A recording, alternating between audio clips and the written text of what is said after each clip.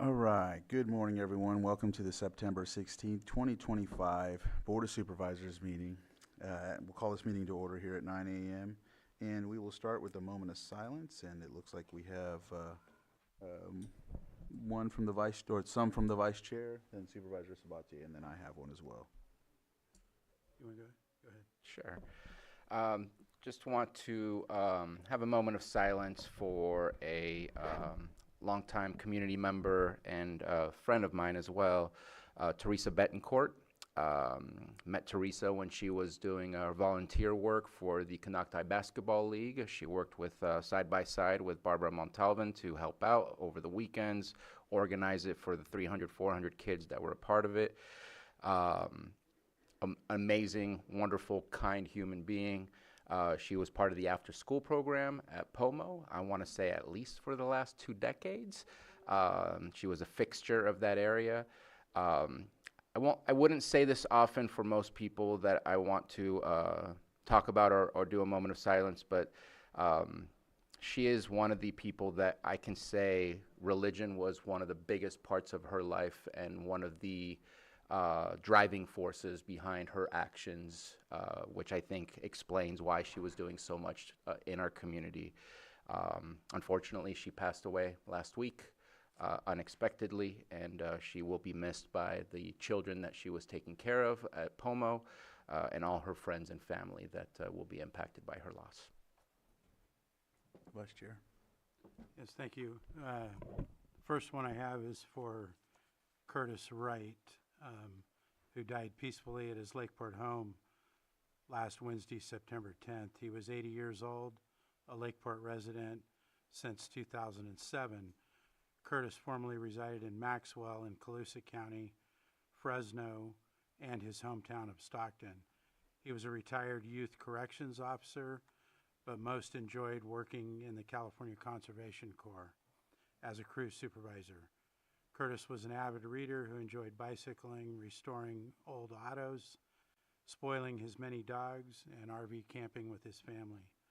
Curtis is survived by his wife of 37 years, longtime retired CAL FIRE member in our county, and his brother-in-law, Michael Green, former District 4 supervisor, both of Lakeport, and his sister-in-law, Diane Dickinson of Lodi. He's also survived by his first wife, Patricia Wright of Brentwood, California, son Sean of Port Angeles, Washington, and Brendan and Devin, both of Oakley, California, daughters Melissa Bicking of Hattiesburg, Mississippi, and Amanda Keelan of Jackson, Tennessee, and numerous nieces, nephews, and 22 grandchildren. And the next one is for Mandy Figg, Mandy Figg, Lindblad Figg. She was born in 1982 and passed away on August 19th of 2025, leaving behind a legacy of love, strength, devotion that will live on through her family. She was a beloved mother, daughter, sister, niece, and cherished friend, and was raised on the Lindblad Ranch in Lakeport, California. She grew up surrounded by the beauty of country life and developed a love for adventure and thrill. She spent her younger years snowboarding, wakeboarding, and driving her race car at the Lake County Fairgrounds.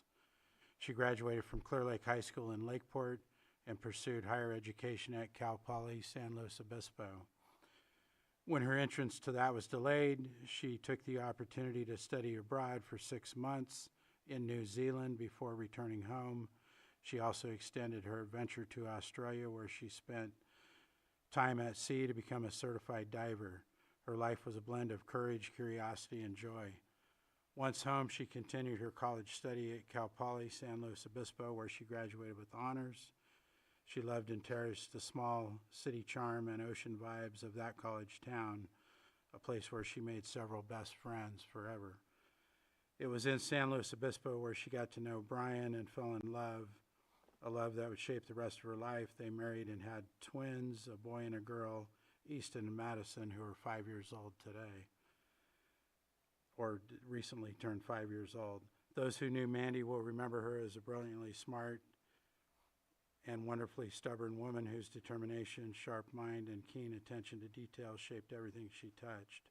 She was devoted wife to Brian Figg and a proud, compassionate mother to her 5-year-old children from the moment they were born, and she poured her life into raising them. She is survived by her husband, Brian Figg, her children, Madison and Easton, parents, Mark and Linda Lindeblad, her aunt, Laura Santarelli, and her uncle, Michael. And she was preceded in death by her beloved Papa, Henning Lindeblad. And a celebration of life will take place in Blue Lakes later this month. And the last one I have is for Max Ruffcorn, who died at his home in San Diego County earlier this month. He was a former elected Lakeport City Council member and also a 2-term mayor back in the 1990s. He was first elected to the Lakeport Council in 1992 and served as mayor pro tem in 94 and 97. And then he served as mayor in 1995 and 1998 and left office in the year 2000. He also served for many years in the 90s and 2000s as a public defender for criminal cases in Lake County. And during my law enforcement career in Lake County, I was often on the other side of Max in the courtroom during preliminary hearings, motion hearings, as well as jury trials. Max maintained a good relationship with the prosecution and law enforcement. Max was well-liked and respected by city staff during his time on the council and led the city through some difficult times during contract negotiations. And he is survived by his children and other family members. Thank you. Lastly, I have one for Ruth Bilberry. She was born September 26, 1957 in Santa Rosa. She went to be with God on June 28th in Lucerne. Her funeral was Saturday, and so this is why I'm reading it off today rather than the 28th. She's preceded in death by her mother, father, and brother. She's survived by her wife, Sheila, her stepkids, Shelley Bauman Hutt, David, and Albert Tinnis, her brothers, Dave Bilberry and Ray Bilberry, and many cousins and close dear friends that are like family to her.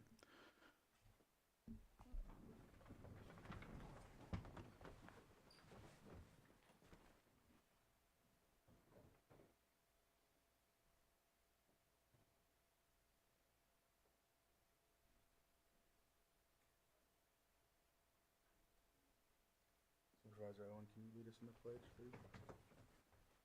I pledge allegiance to the flag of the United States of America and to the republic for which it stands, one nation, under God, indivisible, with liberty and justice for all. Thank you. All right. Consideration of extra items not appearing on the posted agenda?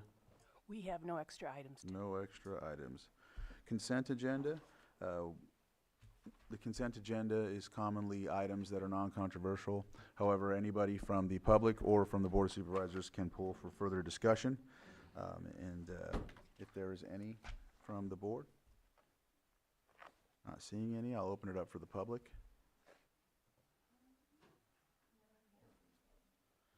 Seeing no hands in Zoom, I'll bring it back to the board for action. Chair, I move to approve the consent agenda as proposed. Second. I have a motion and a second. All in favor? Aye. Any opposed? That motion carries 5-0. All right, next we'll move on to our timed items. 6.1, public input. Public input is for the public to come up and address any issues that are not on the agenda. Just know that we cannot comment at this time. You'll have 3 minutes, and please fill out one of the papers that are right in front of the microphone if you're here.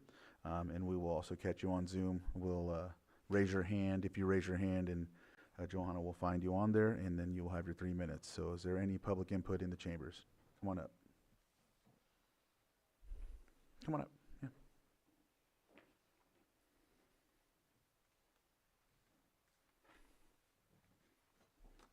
Good morning, Chair and members of the board. My name is Carolyn Burley. I'm the curator of the Museums of Lake County.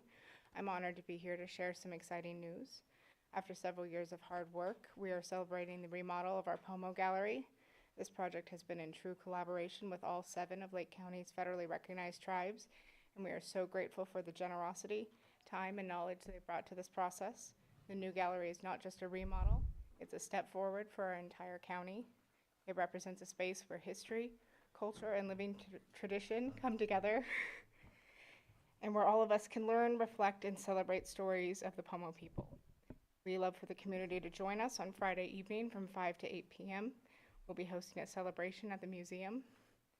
Guests can see the gallery for the first time, speak with our Tribal Advisory Committee, watch dancers, and share food together. This is a milestone not just for the museums, but for Lake County as a whole, and we hope you'll come out and celebrate with us and honor this important partnership and the vibrant cultures that make our county so special. Where was that at? What? Where? Courthouse Museum in Lakeport. Thank you. Thanks, Carolyn. Thank you. Any other public, come on up.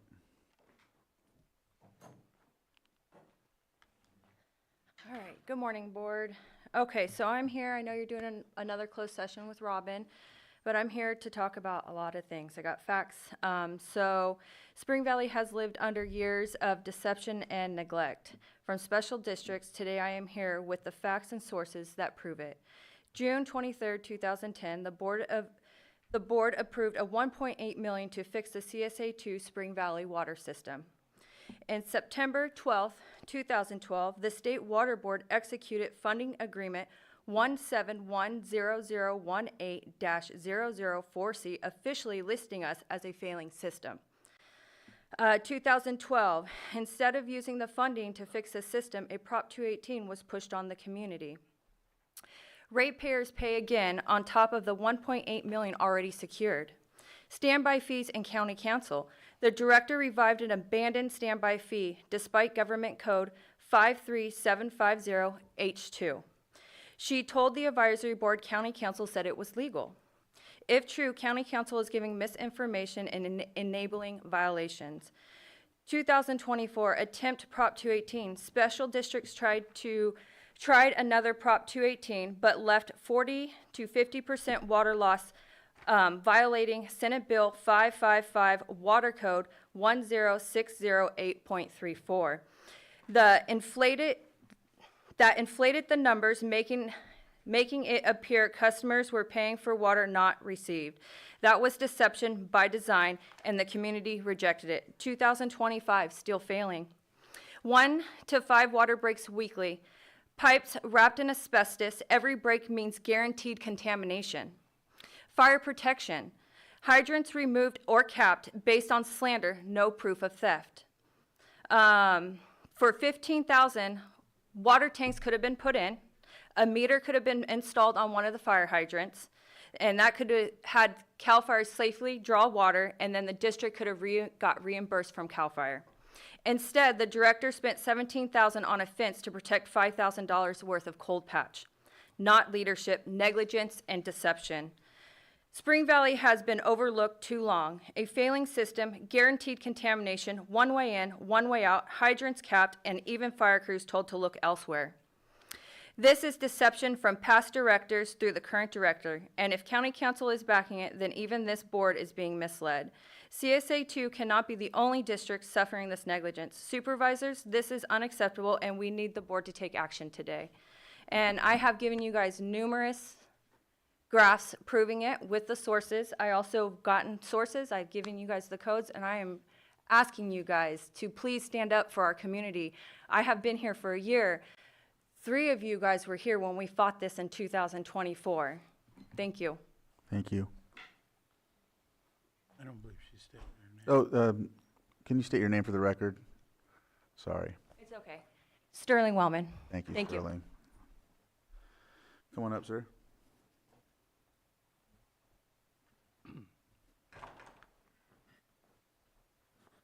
Hi, my name is Bill Wilson, and I come before you on the cannabis dealing again. And my first question is, when you're writing the new ordinances, are you going to be requiring any kind of training for the inspectors who inspect cannabis plants and plans? And the reason I'm saying that is because in our situation, we have a greenhouse that is underfiltered. I know I've talked to you all about this before. Nothing's been done. They have turned off their air scrubbers because they say they're too expensive. Nothing has replaced them. So there's all this volume of air going out that is unfiltered. They also now, I have seen on their inspection report, it was reported they have hoop house. And this is an exclusion area, a unique farm zone. They acknowledge that it is I went back to a different location, looked behind. There are 2 hoop houses with plants growing in them. The ordinances say in the commercial cannabis exclusion zones, unique farmlands, nothing is to be grown outside. And so I finally got a hold of code enforcement. Code enforcement says they have the orders now to remove the hoop houses. And I said, the plants too? And they said, no, just the hoop houses. I mean, that's sort of silly. They said the plants are going to be moved indoors once they get past the immature stage. The ordinances say not immature plants, mature plants, any kind of plants are to be grown outdoors in an exclusion zone area. And that was like the ordinance 3101. And the other thing would be, as far as qualified inspectors, as far as water, in there, we were told in the initial study plan, the property management plan, and the owner said, and I quote, at the maximum, the water usage for each growth cycle for each plant is going to be 1/2 gallon of water per day. Every research that I've seen from cannabis sites on said that you cannot have less than 2 gallons to 3 gallons of water a day. They also say in their property management plan, initial plan, they have no idea how deep the well is. I mean, hydrology reports, when you look at CEQA's requirements for inspections, there's a whole long list of stuff that qualified people, trained people, do. And I don't believe through the negative mitigation program here, anybody's inspecting or researching.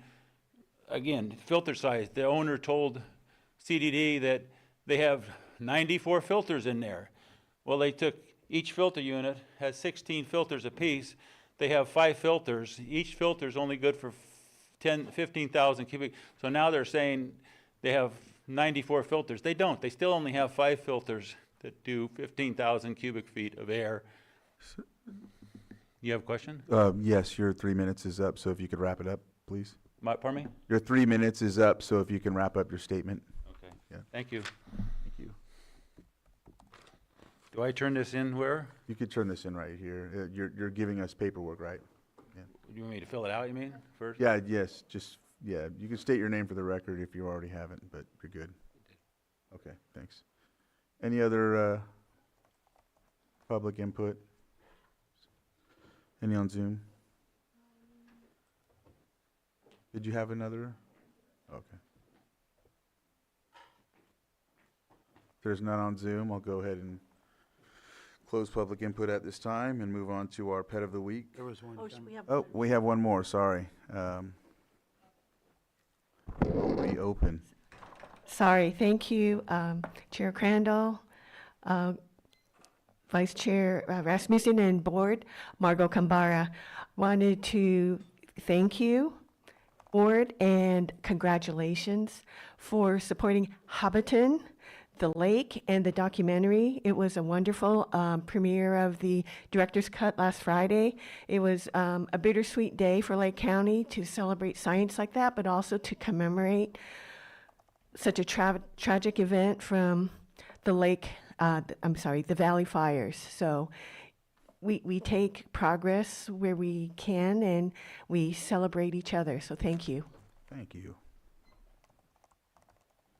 Any other public input? All right, now we'll move on to pet of the week.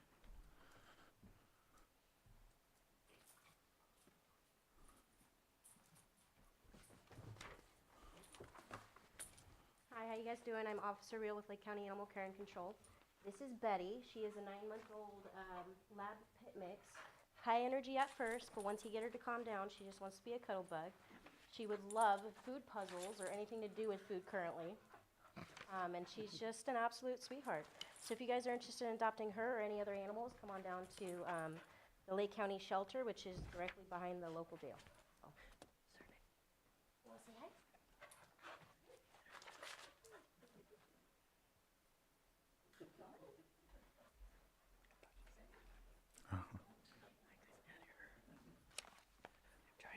Doesn't even look like a pit bull. All right. So we will move on to our next item while he circles the room. We're on to our 905, sitting as the Lake County Air Quality Management District Board of Directors, hearing for consideration of resolution amending resolution number 2025-113, repealing sections 631, 12.450, 12.640, Chapter 4, and Article 6 in their entirety, and adopting updates to sections 208.2, 226.5, 433.5, 1002, 1105, a new Chapter 4 and Article 6 sections 660 through 668 of Lake County Air Quality Management District Rules and Regulations. Mr. Gearhart, go ahead. I'll apologize that we weren't able to shorten that up for you this week. That's all right. So we're here to make two items. One is to add the verbiage and verify that that is what this board would like in the resolution for the coming back for annual reports.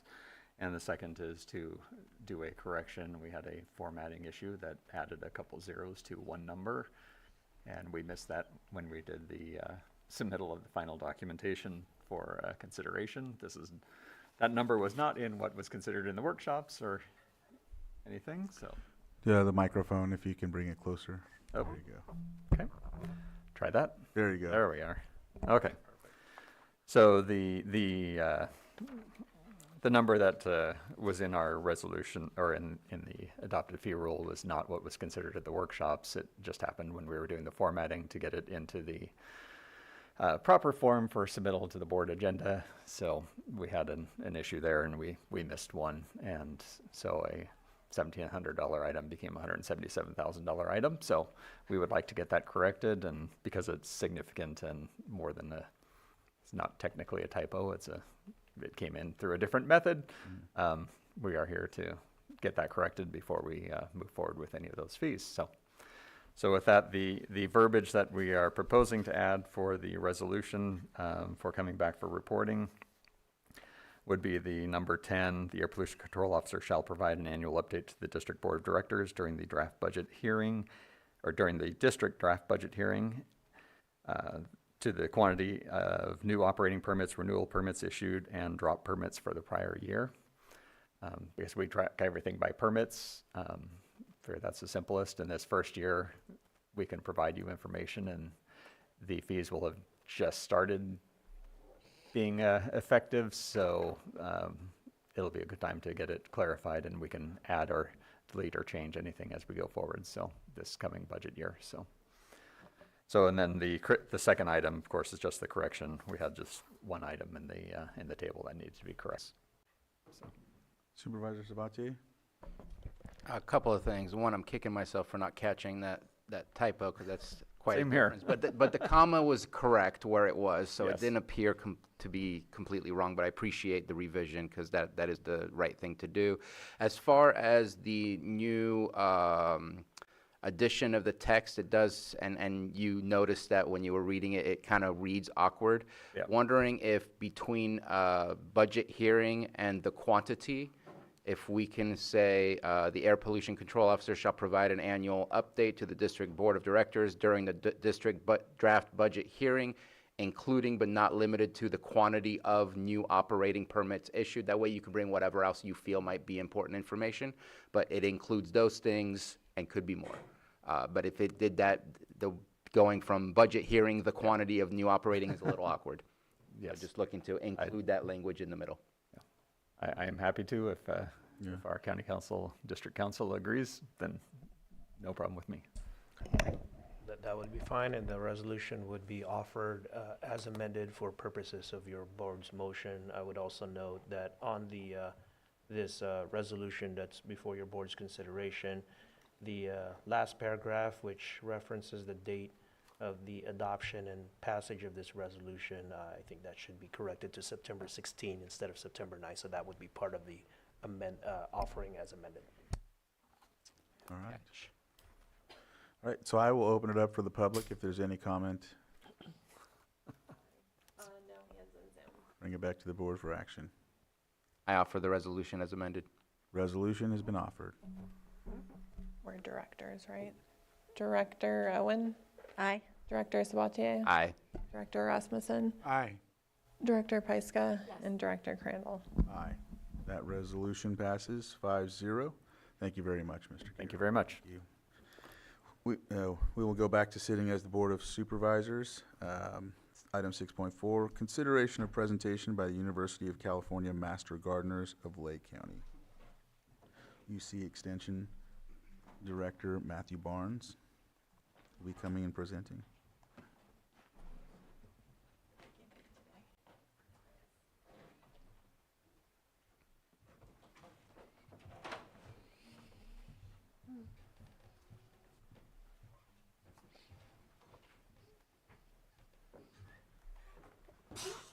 Bless you, bless you. Good morning, Chair Crandall, Board, Matthew Barnes, Area Director, Lake and Mendocino Counties for the University of California Cooperative Extension. Joined today by Luis Pagon, Lake County Master Gardener Program Coordinator. Luis fell in love and developed a passion with gardening as a child. She especially took to flowers and growing flowers. So it was a natural fit in May of 2016 to become a Lake County Master Gardener volunteer. It wasn't until November of 2020 that she became the program coordinator. So 5 years later, she's done a great job growing the program, and we're excited to hear all about it. Good morning, excuse me, I always a little squeaky when I start. Good morning, everybody. Thank you so much for your time this morning. And also, I did want to say thank you for your continued support of our program. It really does help to know that you sort of have our back metaphorically. I've also brought copies of our latest impact report from the Master Gardener State Office, and I'm just going to leave them here for you. There's also a one sheet in there talking about one of our Master Gardeners who's probably had, I would say, probably the most impact of any of the Master Gardeners that we've had or have. So starting with our slide, this is just a brief overview of who we are, what we do, and what we're looking forward to in the future. Most Master Gardeners are your friends and neighbors. We've got many varied former careers, scientists, teachers, project managers. I used to be a records clerk. Obviously, we love to garden. That's a no-brainer. And we love meeting new people because we go to events and the first thing we do is meet a new person who has a gardening question. And of course, we love a plant. Next slide, please. We do love to share our knowledge of gardening. That is our mission from the state office. We do like to, share this knowledge because a lot of things we have do impact people on more than one level. We love to collaborate with other Master Gardener groups and with each other and with our clients. That's the citizens of Lake County. We also collaborate with the Lake County 4-H and their Junior Master Program. We're kind of we're heading towards being the mentors of the high schoolers that will be teaching the kids how to garden. And we've been collaborating and consulting on many gardens, school gardens around the entire lake. We collaborate extensively with the tribal health clinics, and that is the one sheet in there that talks about Gabrielle O'Neill, who is my predecessor as far as program coordinator, but she has been working with tribal health and the current legacy garden for probably close to 15 years. And there's a lot of really nice information in there about how her impact. Last year, I heard that they raised 5,000 pounds of vegetables to give to the clientele of the clinics.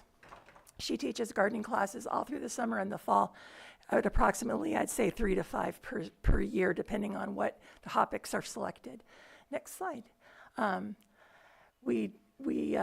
Excuse me, the extension just signed a collaboration with Middletown Rancheria, and they have a wonderful community garden there, so we're looking forward to doing some collaboration and some teaching classes there as they would like. We care for our demonstration gardens. As you can see, this was from a few years ago when they were still in their infancy. This is the stock tank garden, and it's now filled with lots of pollinator-friendly succulents. We also have a radio show on KPFZ that we broadcast every other Tuesday. In fact, it'll be a week from today will be our next show. And we'll be celebrating our 3rd anniversary in November. We also attend festivals. That's kind of our becoming our kind of stock in trade. We just got back from the Big Valley Small Farms tour. We were at the Blackberry Cobbler Festival.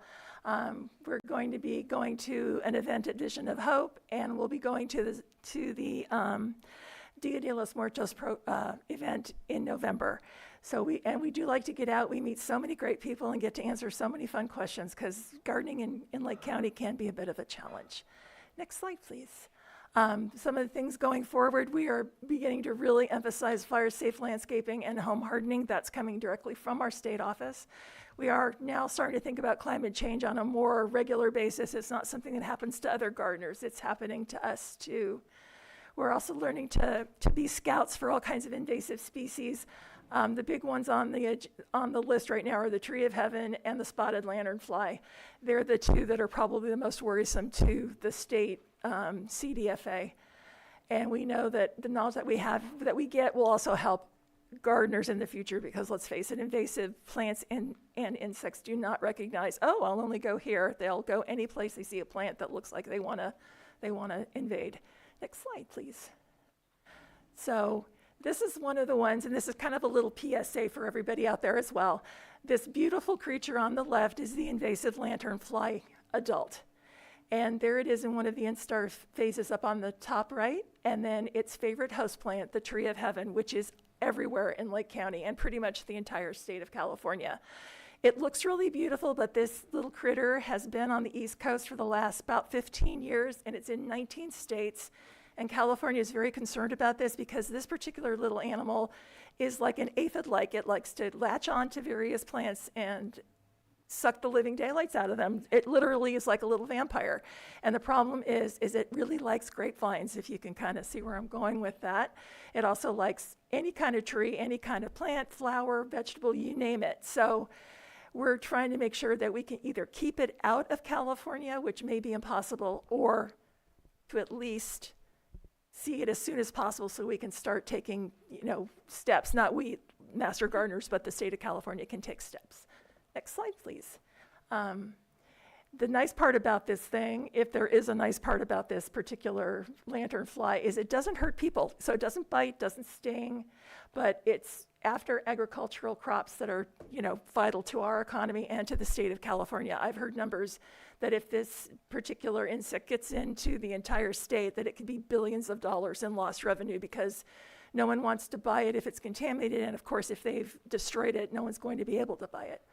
Next slide, please. But after all the, the drama with invasives, we do try to kind of stay humorous and try to have a good time, because who hasn't, thought they bought the perfect little plant. It turns out to be 10 feet tall and 10 feet wide, and you're in a corner where it's like 3 by 3. But of course, gardening cartoons help, and I will leave you with a little humor, which is what ladybugs really look like when they're down and doing their job, which is basically death to anything that looks like an aphid. And then, of course, the swear jar versus the telling your clientele that all those beautiful flowers are invasive and really do need to go, because they're out competing everything that we love and hold dear in Lake County. So that's, I think, the end of it. Yeah. And if you have any questions about our program at all right now, or if you don't, you can always give me a call or drop by and look at our mound garden and our stock tank garden. And I do want to thank you again for your time. I really appreciate it that you, let us come and talk to you and tell you about us. So thank you. For that. Supervisor Pyska. Well, thank you, Louise. And the Master Gardeners have a very special place in my heart. I know, but I appreciate that very much. And Matt, thank you for helping get these presentations going. It's been really great to hear from all the UCCE programs. The other invasive that you're watching out for is mob, Mediterranean oak borer. Yes. And I'm wondering, Master Gardeners are helping with the state, like any sort of tracking or figuring that out yet? Because it is here. It's been a really rough summer for our oaks. We're losing them rapidly. And there aren't any specific grants or programs yet for it, which is pretty baffling. I do believe Dr. Mike Jones, who is the forester for Lake Mendo and Sonoma, I believe it's Sonoma also, he is in with a group, and I know Clerk is also looking into it. Yep. And basically what Dr. Jones had told us when he came to give us the bad news, I'm like, great, another invasive. He basically said he thought master gardeners might see it first because the trees are going to start looking bad and people will come to us and say, what's wrong with my oak tree? We haven't really had that many people come and tell us that. I think because there has been such an information dispersal that people know if they start seeing problems with their oak trees, they should call an arborist sooner rather than later to have them look and see what it really is, because we're not quite qualified to diagnose Mediterranean oak borer infestation, because unfortunately oak trees are probably subject to every kind of disease and fungus on the planet. And the Mediterranean oak borer, I understand, loves everything that sudden oak death does not. So it's like, Yeah. it's tough. Well, it's just helpful to have the master gardeners informed on what to look for, or if they're hearing something, where to direct them. And clerk Oh, yes. has their tracking. If we do get, we usually tell people if they're having problems, big problems with trees, because we can't really go up 50 feet on a ladder or whatever an arborist says, we'll advise them to contact a licensed arborist ASAP and get it looked at and diagnosed, because the arborist can say that's sudden oak death, that's Mediterranean oak borer, where we're going to go, okay, the tree looks like there's part of it dying, and because oaks are prone to so many diseases, it could be one of any number of things, because we're too far away to actually see the damage up close and personal. The other part you mentioned was the Firewise landscaping, and I know we've talked about this a lot. Yes. The Risk Reduction Authority even had a town hall on this a few years ago. Yes, we did. But now that we're moving to the 0 to 5 foot clearance, zone 0, and that's going to, starting January 1st, be everywhere and affect all of us. So I was just wondering how master gardeners are planning for this. If you have, a lot of people think that it looks really ugly if you just take everything away from your house, but there's actually ways that you can make it look really nice. You can move those prized plants away from the house. So I was just wondering how master gardeners is sort of planning for that to, have some maybe positive examples. Well, the one thing when you said that people say it's ugly, that's the first thing I tell people is it doesn't have to be ugly unless you want it to be.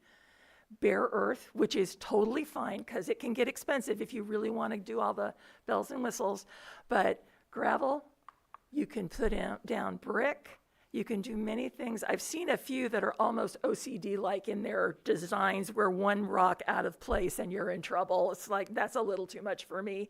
But you can make it beautiful and have curb appeal, because I know people worry, well, what if I want to sell my house and there's this big thing around it?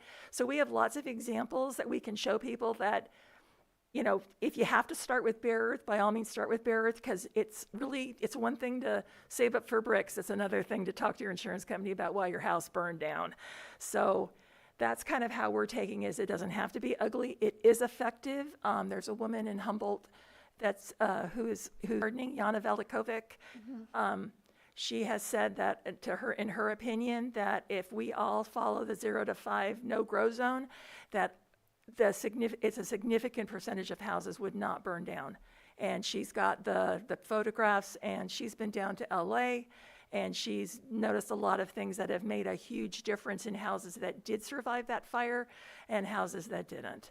And sometimes it came down to the fire department or the firefighters going through and cutting down a wood gate that was touching the house. So there's a lot of easy fixes that do not have to cost an arm and a leg and everything else. Great. Yeah, Jana is incredible. Yes. And it is, this is science-based. So, yeah, I really look forward to seeing how we can help maybe coordinate or promote some materials that you're developing locally. We're going to be waiting to see what the state office is. Right now, we're kind of following what CAL FIRE is advising. And if you go in and Google images of like 0 to 5, zone 0, you'll see examples of what you could do in your own property if you're feeling that way. one of the things that we do try to tell people, because I mean, we're a fairly independent group that lives here, and I've heard a lot of people saying, well, they can't tell me what to do. And the problem is maybe there'll be a state law, but the one you really don't want to have tell you anything negative is your insurance company, because they can come in and just say, sorry, we're not renewing because you're not doing zone 0. And then you're between a rock and a hard place if you're not following that particular law. All right. Thank you. There's nothing else from the board. I'll open it up to the public for anyone that would like to come up and speak.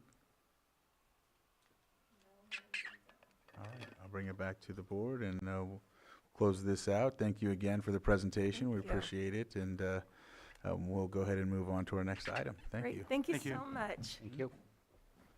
All right.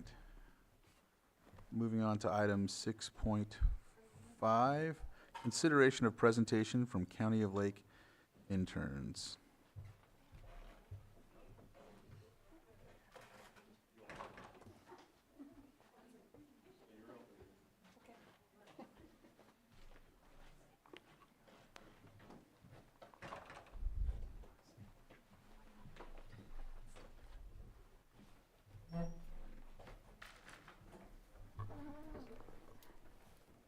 Good morning, Pam Samek, Director of Human Resources, and I'm actually going to turn it over to Erondi Campbell, Senior Analyst in HR, who was actually in charge of our internship program.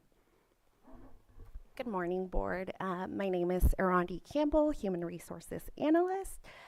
So we had a great new experience this for the internship program, both for the departments and the interns. We had a total of 7 interns, 2 in the library, 2 in public services, 1 in the DA's office, and 1 in HR and admin. 1 is currently serving in the public health department, and I know the sheriff's office is looking to hire or open an internship in the emergency services operations. So we are proud of the success of the internship program and excited to see how it continues to grow and evolve. And I'll pass it over. Hi guys, my name's Miles. I'm CLHS grad. Are we gonna be putting up slides, or should I tell a little bit about my experience here?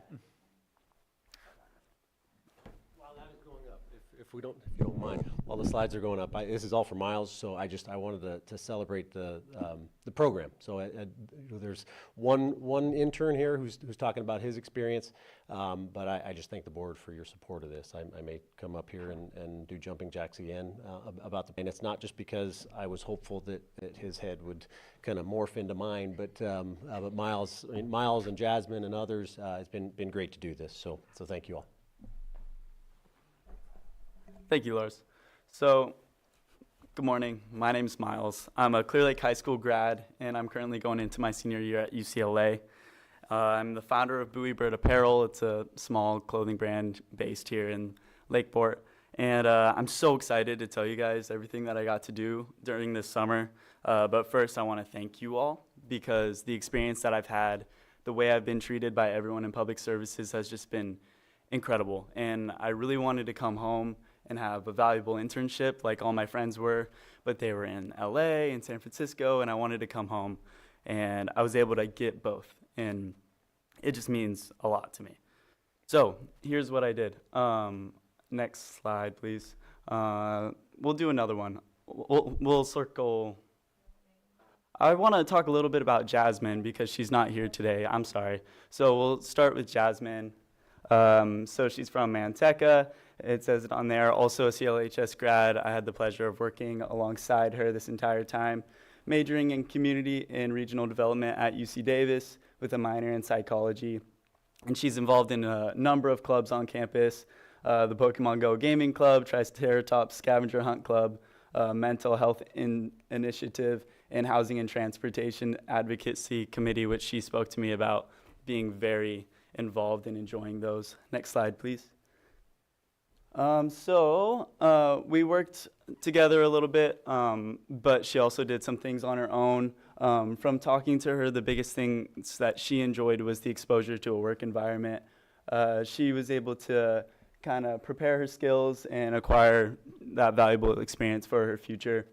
We worked alongside each other on the kids camp, which I'll talk more in a little bit.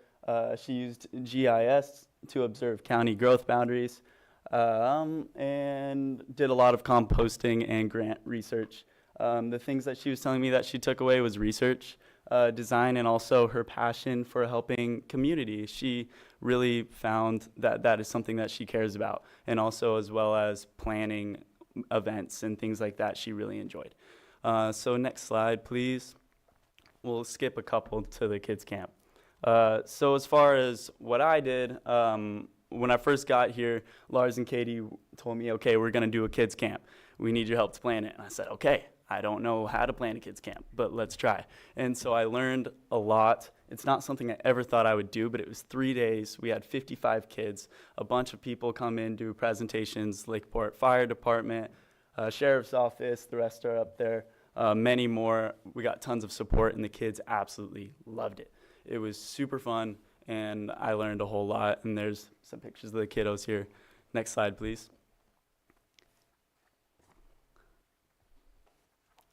The next thing that I want to talk about is something that I kind of did throughout my internship, and essentially I wanted to build Parks and Recreation as a brand. So similar to a brand, it has an identity. It's got a set of logos, colors, typography, tone, voice. I created templates. I did a case study, and I did it throughout my entire time here and tested it to make sure that it would work, because I think promotion and social media is one of the biggest things that we can improve on as a county. It's just how we're talking to the public. So the idea is that it's an extensive manual with a table of contents, and anytime future staff are speaking to the public through social media or any kind of outreach, they can access that and see exactly what it should look like. So that's the idea. And next slide, please. So this is a little bit from it. So here's some colors, and on the right you can see just a little flyer. The top flyer doesn't use the manual at all, and it looks fine, but the bottom one is a bit more cohesive. It's a bit more recognizable. It's got our colors that really scream Lake County, and it's little things like that that build a recognizable, trusted brand to gain more followers. So next slide, please. Here's another example of just the fonts and also how much editing a photo can make a difference and create just a big style. So it's very, very long report. I spent a lot of time on it, but these are just a couple little things that I wanted to show you guys. Next slide, please. So yeah, these are 2 different flyers for 2 different parks, and you can tell that they are from the same thing, and that's what matters. Next slide, please. So next I want to talk a little bit about the Canocti Climb. This is the last thing I really want to share. I started the planning of the Canocti Climb with Lars and Don Smith these past few weeks, and it's a 5K run race up Mount Canocti. It's the first time we've done it, and we want to do it kind of annually. So I started with the promotion, and I created the logos as well as just the general overview and logistics of what the event will look like. I created a sponsor package and packet, and I've been running around town looking for that as well so we can make it as awesome as possible. I designed t-shirts and medals and awards and merchandise and things like that. So I'm super excited for the Canocti Climb. We've started pushing out some content on social media now, so be on the lookout, much more to come. That's about it for the big things that I wanted to share with you guys. Like I said earlier, I really want to thank the board, Lars, Katie, everyone at Public Services for the opportunity. I've learned so much, and I've really just enjoyed my time here. So thank you all very much. Well, thank you for that. Supervisor Sabatier? You know, if you're nervous, it's okay to slow down. It's you're awesome. You're amazing. I've known about you, but I didn't get to meet you until you approached us not too long ago, a month or 2 ago. Really glad to hear of your experience. Really glad that Lars really got to get the best of you, and that we were able to provide something in your hometown so you can come home and experience what you got to experience. Your presentation was amazing. You did an amazing job. Love the work that you're doing. Really appreciate that. We don't get to put enough focus on marketing and advertising, even though you're right, it is something that we lack because we're so busy doing the internal work and everything else that it's hard to slow down to look at those fine details, but those fine details matter and can really build up a group of people who are supporting the work that we do. Love everything that just happened right here. I want to say we have a great list of students that were in our internship. I feel the need to at least highlight one. Owen from the city of Clear Lake was a intern over at Redbud Library. I've known Owen forever. That man is talented, intelligent, and going somewhere. And just seeing him being part of the team, he's a musical genius as far as I'm concerned. But he's also a very kind and good human being, and just to have him attached to our team means a lot to have seen him there. I did get an email from Nancy, who interned with HR, who said she wishes she could be here, but wasn't able to make it here. But I'm guessing everybody had the same level of experience and enthusiasm that you just shared with us. And again, can't speak enough about your presentation. I'm sure you make your parents proud. Thank you very much. Thank you. Supervisor Pyska. I am delighted that we got to do this program, so thank you for those that championed it. Although I know Lars had this in the works, but he's been glowing about his interns for months and months. We were very excited even before you came. And I agree with everything that my colleague said, but I also, I'm really excited about the Canuck Challenge. I'm not a runner, but I will be there. And the marketing is fantastic. I was so happy when I saw it with the Mission Impossible theme. Very exciting. That's exactly what we want to do, is we want to get people really motivated to activate our parks and to get people using the facilities that we already have. So great job. Excited to see more, and hope you come back someday.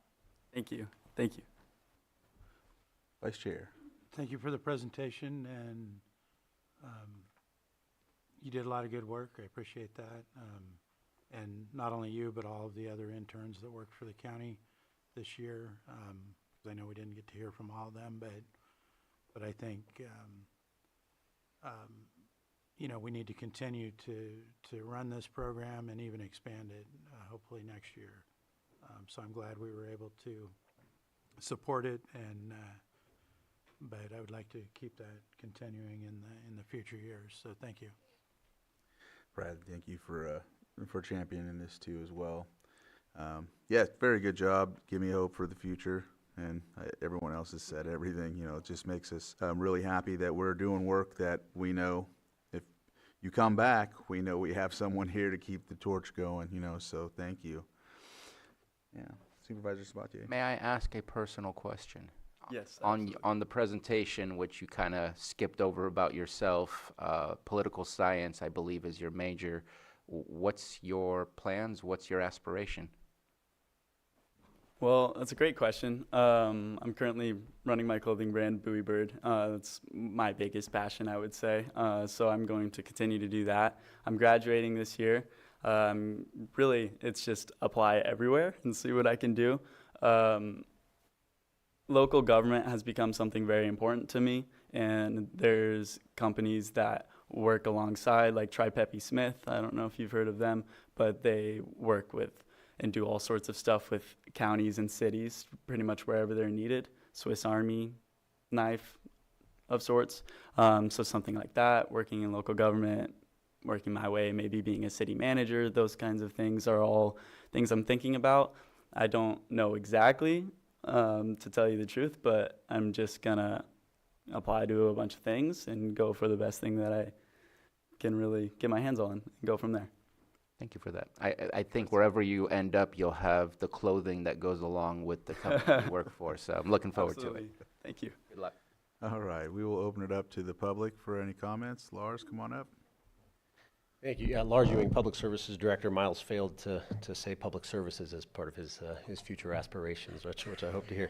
I won't talk too long. I wanted to say a couple things. The interns that came, I think it's important to note how what they brought to us was just as important as what we had them working on. It was I think with any employee, where are their talents and how can we benefit from those talents, as opposed to what do we need to get done. You're going to do this regardless of where your talent and skill set and interests are. So that was a big piece with Miles and Jasmine, who worked on yes, the summer camp. After that, they kind of split a bit, and Jasmine worked on solid waste management planning work, quite a bit different. So the other piece that I wanted to comment on, Vice Chair Rasmussen's funding for this program. The 2 museum interns just started. They're here working for the county. They're here for not the summer, but for the fall. Their programs in school. They're one going to Texas Tech, one going to Sonoma State.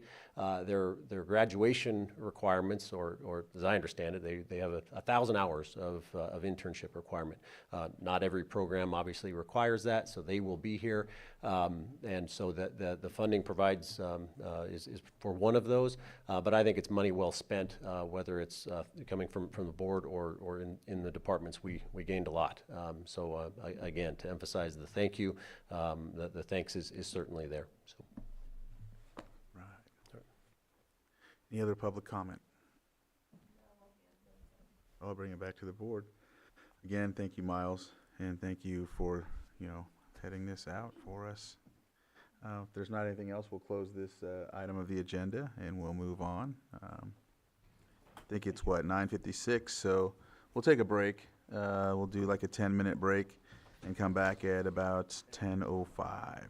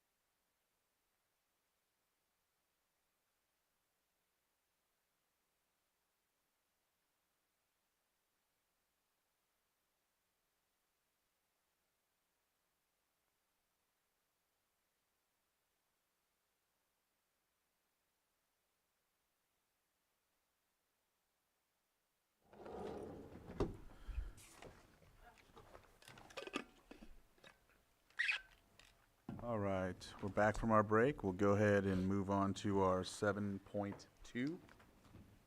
All right. Consideration of behavioral health fiscal recovery plan and request for loan repayment extension. Behavioral Health Services Director, Elise Jones. All right. Thank you, Mr. Chair. Johanna, I will pull up there's an attachment, and it's a PDF. I apologize, I could have logged in. But in the meantime, I did have some comments, and I wanted to reflect back to when I was in the board here in June on the 12th. And at that time, I had asked for a 12-month extension because we had insight that it was very unlikely we would be able to resolve that loan sooner. And so effectively, since then, we've engaged in our own internal audit. We've involved the Department of Healthcare Services.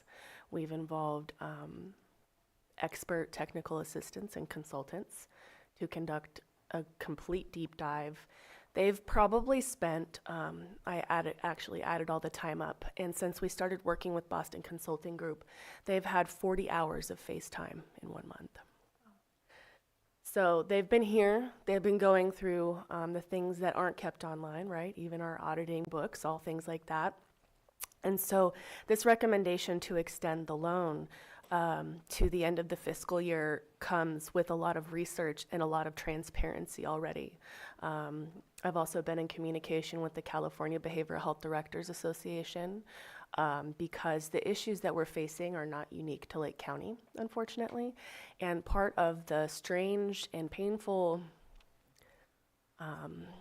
outcome of being ahead of the curve, because that's what it turns out that we are, is that you hit a lot of bumps before anybody else. And that is not a new situation for us. However, I'm very confident in our ability to find all the levers. That's one of the fun terms that I've learned from the consultant, is we're looking for all of the levers that we can pull. And I'm here today to hopefully really reassure you that every lever that I can think of that I can pull, I have pulled. Again, including going to the highest levels of DHCS leadership and being very transparent about our position and our needs.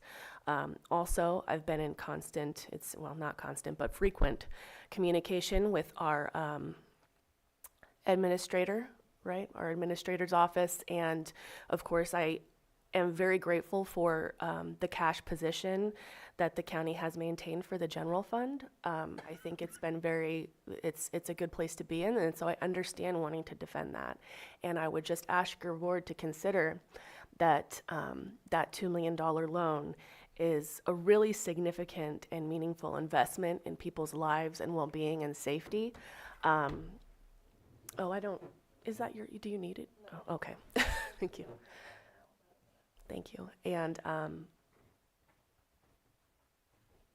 to reframe it as that, and of course I've been, if there were a strain directly or I think even indirectly on using these reserve funds, that's where these ultimately came from, and the general fund was an IT reserve account.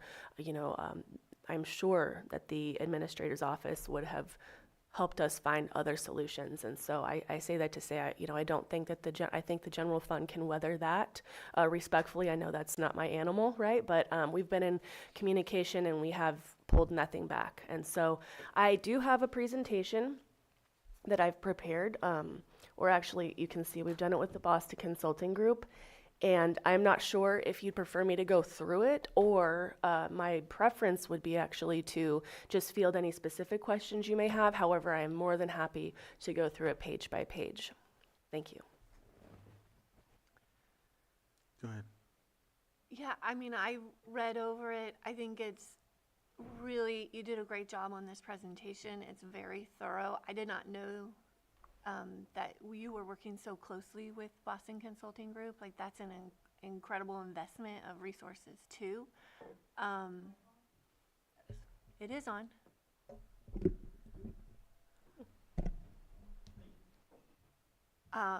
It really lays out how critical these funds are until we can get through the next 9 months. The services that we need to continue to deliver so that we can continue to deliver. I do think that we can extend this loan. I'm all in favor of that because this is really about, making sure that we continually get services to the people that need them most. We have made progress in this area, and I can't imagine sliding back on that progress when we know that there is an end of sight and that we have been really well supported through this with BCG. So it's all that we can ask for. Like you really have done an incredible job with this and gathering up the reports and the evidence to support that this is short term, and we will be able to repay. You will be able to repay this from the general fund. So I'm okay not going through the presentation because I read through it, but that's just my opinion. Supervisor Owen, and then Vice Chair.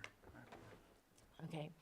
I was wondering about your graph went back as far as 2019, 2020, and it was around 7.5 million. Prior to that, did that include some of the COVID relief funds? COVID? When was increased? Because now there's a big decrease, but it didn't go back to prior to COVID to show if that was the funding that was coming in at that time had been increased over COVID. I know that there was a lot of funds attached at that time.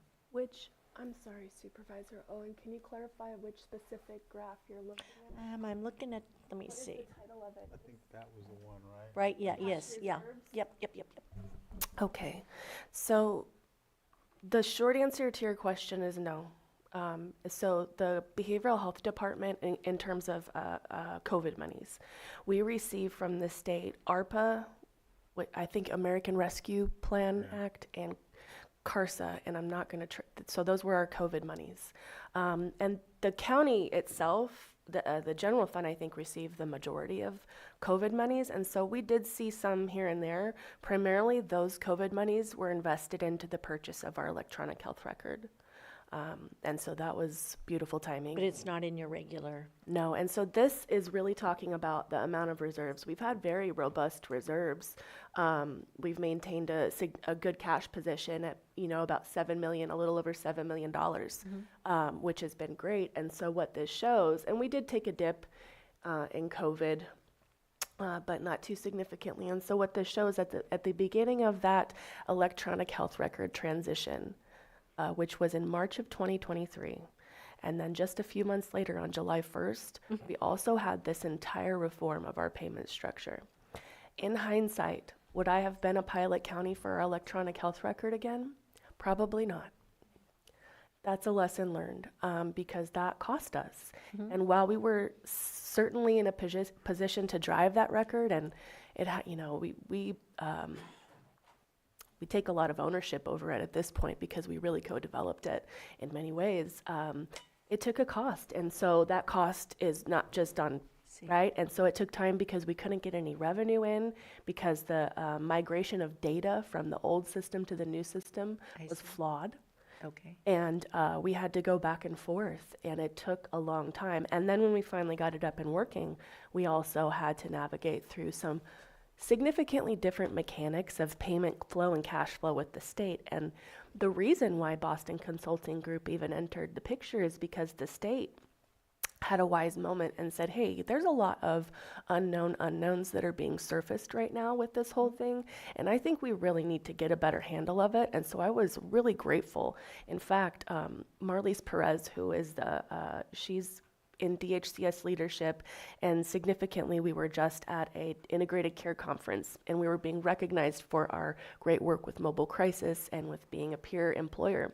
And so I actually had an in-person conversation with her to introduce, hey, here's some things that are going on that are surfacing for us, and basically, can I please use this team courtesy of DHCS? And she agreed. Nice. And so, like I said, every lever that I can think of to pull, but essentially, without our cash reserves, we wouldn't have been able to sustain contracted services. We wouldn't have been able to make payroll. Not only that, but we obviously grew services by 66%. There was 66% more Medi-Cal billable services than there in an 18-month period. And that number is probably low because the truth is, and I am a clinician, not everybody finishes their notes.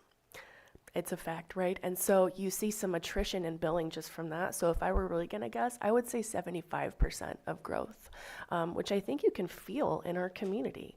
I am starting to feel the tide turn. And so this isn't really a matter of, scaling back. It is like level setting. We have some major level setting to do, but we've brought on the best of the best. And I am very confident that with this support, we can actually come back in 10 weeks with a very clear, articulated roadmap of what it will take to move forward with very specific numbers. I think your next slide is actually your growth. The next slide. Indeed. Yes. And I had, and so basically what my other question was, is this going to be, with the revenues dropping a bit, is it something that is it going to be sustainable, is what I was looking for? Yes. So we've also uncovered a lot of mechanical issues with payment reform. And I think we're co-discovering that, honestly, with this state, because it also depends on the aid codes and the share of costs from the county, which is a very complex algorithm. But some services are entirely subsidized by the state general fund and require no local funding. That includes mobile crisis. Mobile crisis benefit is entirely state general funded as the local match to the feds. However, when they push that money back, they won't release any of the money until your IGT balance is sufficient, whether or not you had to use local funds to get those services. And so that's something we can actually pull a lever out with DHCS. That's really critical. That's a huge moneymaker for us. It is a robust rate. So there's a lot of interesting dynamics here that are very complex, and hence, I do want to come back. I think that, we've talked with the consultant. We've estimated 10 weeks is the time it's going to take to do this deep dive work, and continuing to work alongside the state and CBHDA, because there are honestly some points of advocacy here.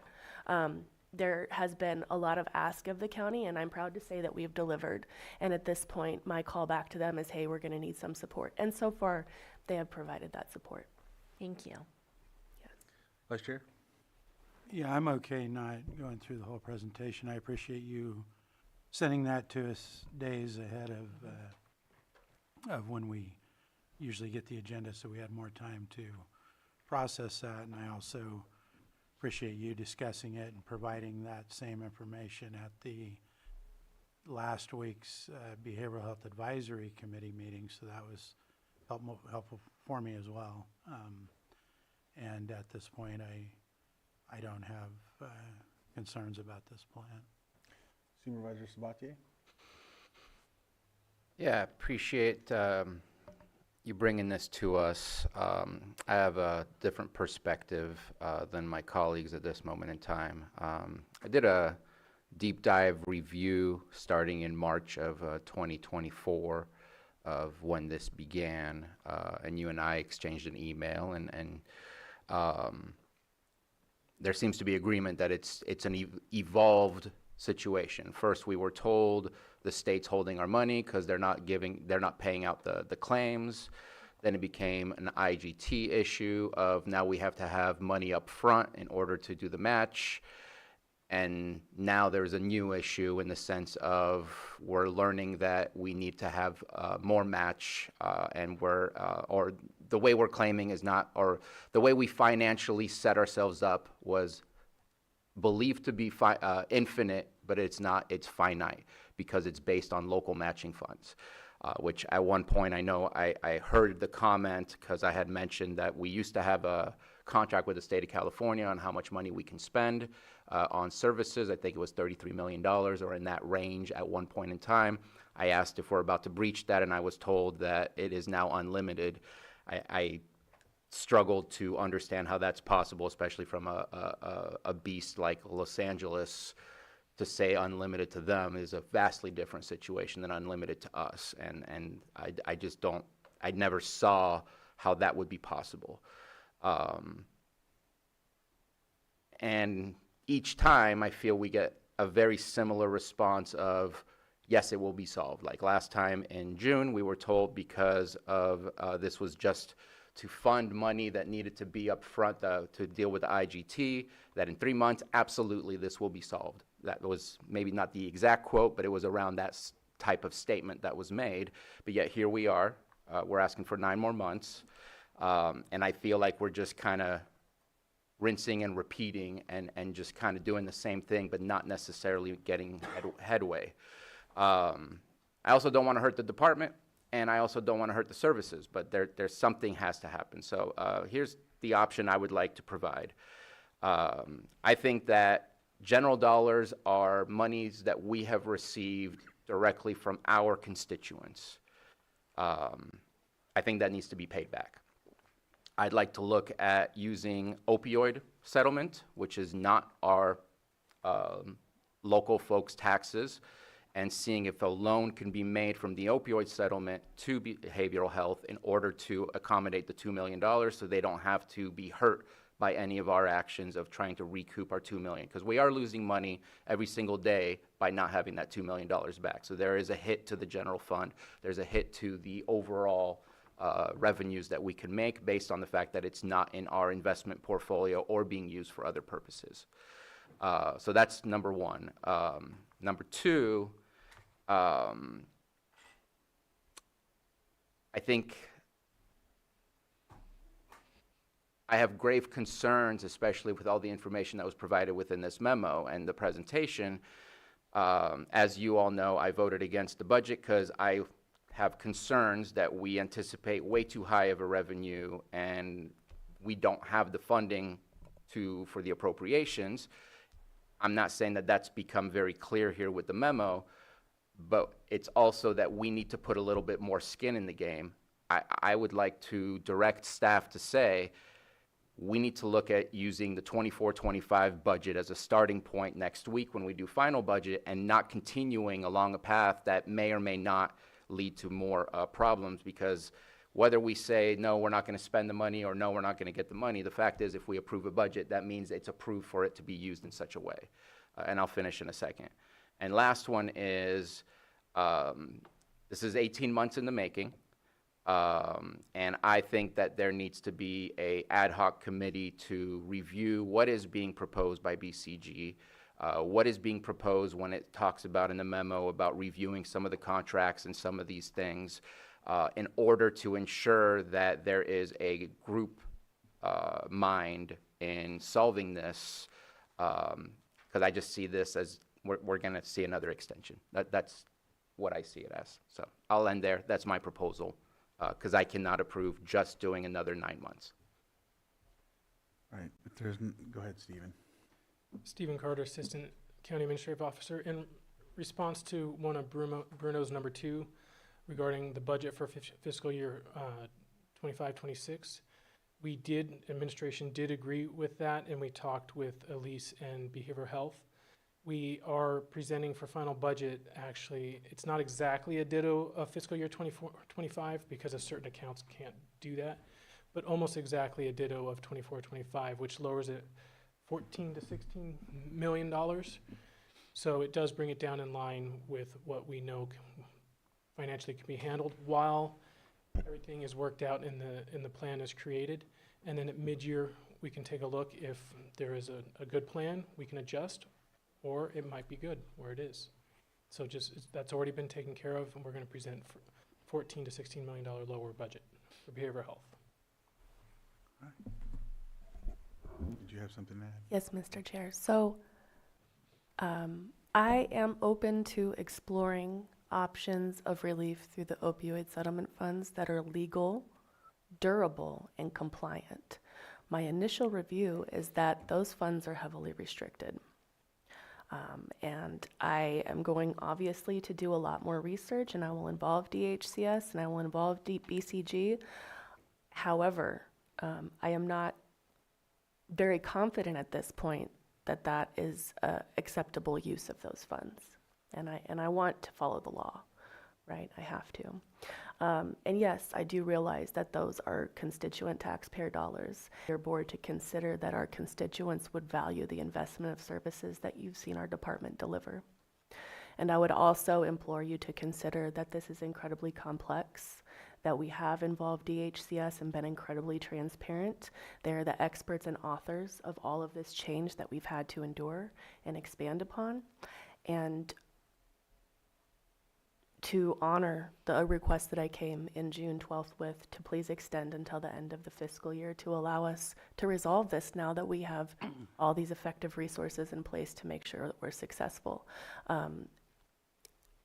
And I look forward to any direction of the board. Thank you. Go ahead, Vice Chair. Yeah, follow-up question. I understand that all has to be researched, whether or not it'd be legal to use any opioid money.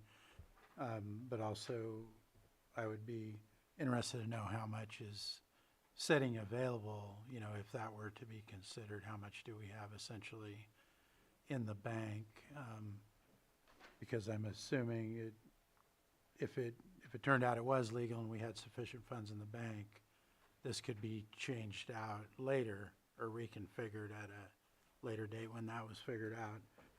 And then I'm also, can anybody answer a question about how much we're losing per month and in interest by not having the $2 million in the general fund? Doesn't appear that we'd have that information available. At 4%, $80,000. So that's for the full year. Per year, 80,000, okay. Thank you. All right, any other? I will open it up for the public, if there's anyone that would like to speak to this item on the agenda. Guest.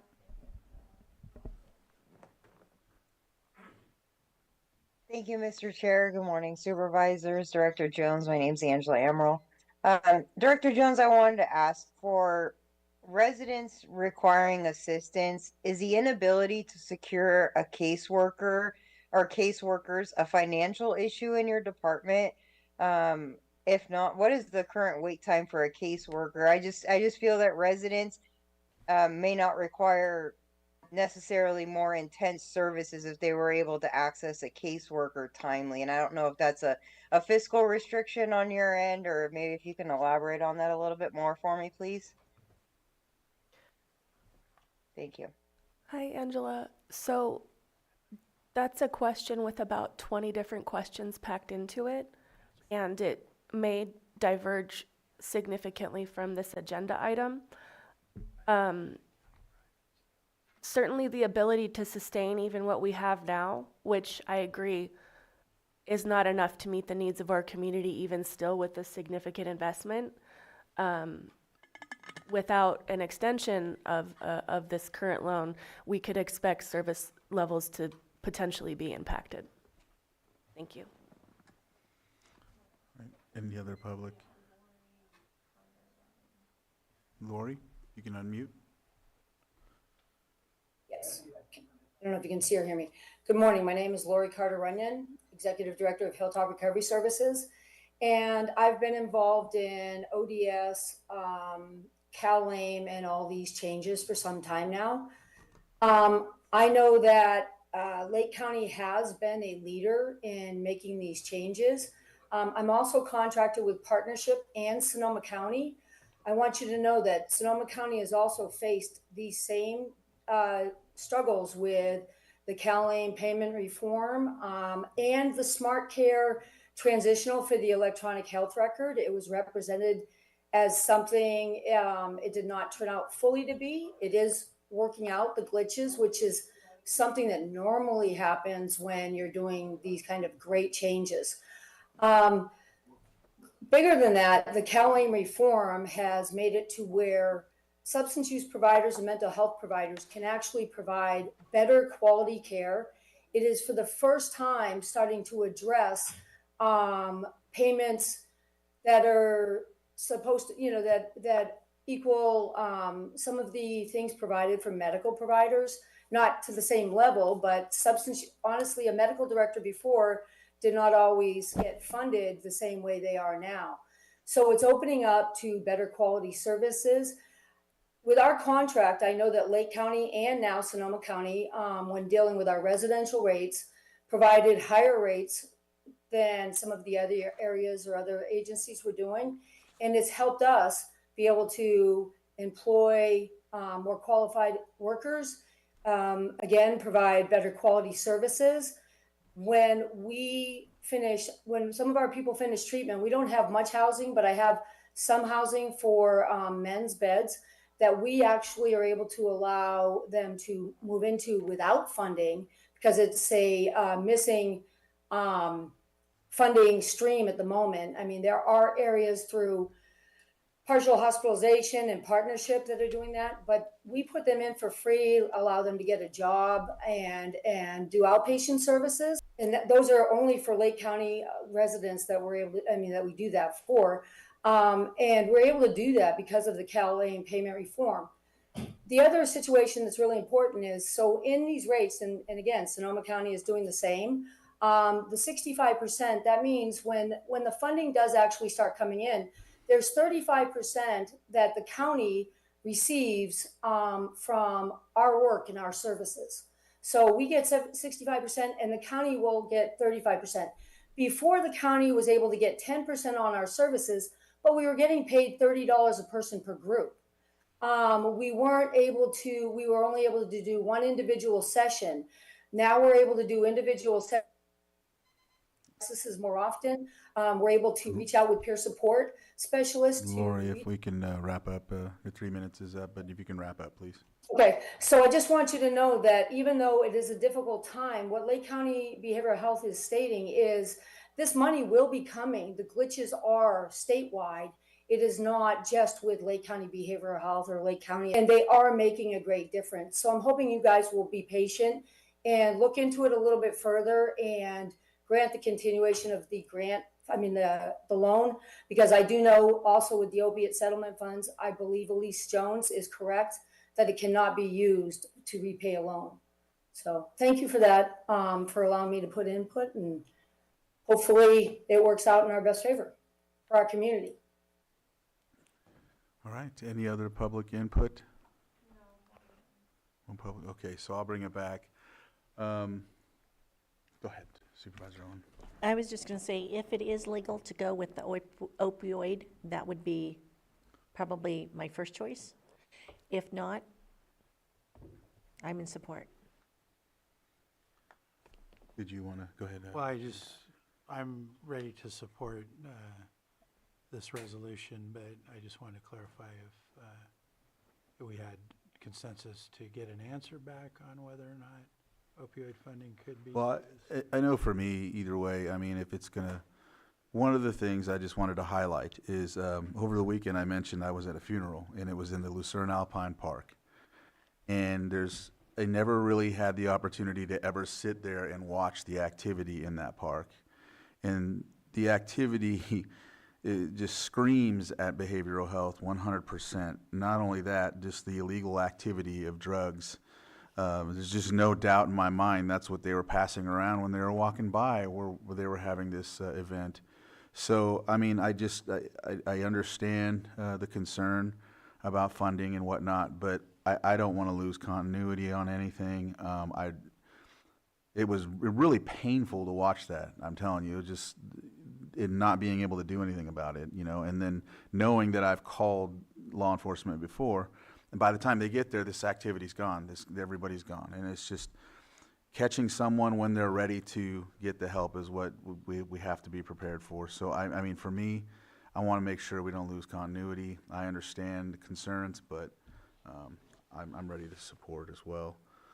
So I don't know if that's what you want. Well, no, I appreciate you bringing that up, but I'll go ahead and mention that since we talked about that park, there's other parks. Sorry. We just had, nothing. I appreciate that coming up. We had another discussion last week about another park in another district that exactly the same circumstance where it looked to me like, yes, we could use behavioral health at that park. So I agree with, we need to make sure we're able to deal with these concerns. Could we get a response for the legalities of using the opioid funds? And if that cannot be done, we can go the other route because of the amount of money we're losing on the interest in the general fund. Lloyd? Yeah, so your board may as referenced by Supervisor Sabatier, may provide direction to staff to look into that issue on whether or not opioid settlement funds can be used in this manner to, as it relates to the loan arrangement. That may take some time because there are specific requirements and provisions under those settlement terms on those opioid settlement funds that are relatively speaking restricted. And so direction can certainly be given to staff as to what's before your board today. It is a resolution essentially requesting an extension from the resolution, and it's amending the resolution that was adopted in June. That resolution involved an appropriation of funds as it relates to the loan taken out of the general fund. That would, for your board's reference, that would require a 4/5 vote. Is that a question that you can answer when you come back in your 10-week? Absolutely. Okay. I'm fine with that. Supervisor Sabatier? Yeah, I just want to say, I think please be broad in how you look at how opioid settlement funds can be used. It doesn't have to be a direct repayment of loan. It could be for the services you're going to provide, and then from your other budget funds that remains, that can be used to pay back. Just because there's creative ways to do accounting so that maybe it doesn't say you can't repay a loan, but it can say you can provide these services using these funds, and then that relieves other funds that were already available. Please be broad in how you interpret and how you see ways that it can be used. I was thinking the same thing, thank you. So I hate to throw in one more wrench, and I apologize, it didn't occur to me to say this earlier, but those opioid funds are within substance use disorder land. And this is not that. This is the mental health budget. And so there's even more of a partition, if you will, between those funds. And so that, when we say creative accounting, that makes me very nervous. I would prefer not to account creatively. And that's just, our department tends to err conservatively in the way that we operate. And so I am absolutely willing, and we are prepared with Boston Consulting Group to fully evaluate that. We've already started doing some preliminary evaluation, which does not look promising. However, in 10 weeks' time, I can provide a fuller evaluation of that. All right. If there's not anything else, Lloyd, or, okay.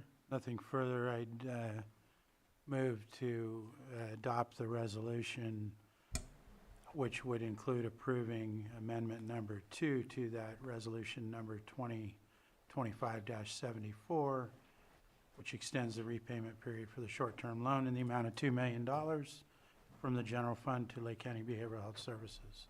Vice Chair, we would offer, I think that's what Lloyd was saying, we would offer it, yeah. The resolution can just be offered by your Okay. board, if that's what's construed by. That's what I intended. Resolution has been offered. Supervisor Owen. Aye. Supervisor Sabatier. Nay. Supervisor Rasmussen. Aye. Supervisor Pyska. Yes. And Supervisor Crandall. Aye. Resolution passes 4-1.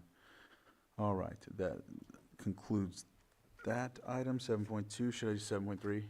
Okay. Consideration to approve the memorandum of understanding between the County of Lake and the Lake County Continuum of Care to alleviate and prevent homelessness in Lake County and approve budget of HHAP-6. Application to the California Department of Housing and Community Services, Behavioral Health Services. Director. Thank you, Mr. Chair. We do have a couple of individuals coming. Are they presenting, Mr. Abbott? Yes, they will be presenting, so if you could just hold for one moment. Are they there? Oh, Pastor Shannon. Pastor Shannon will be joining us.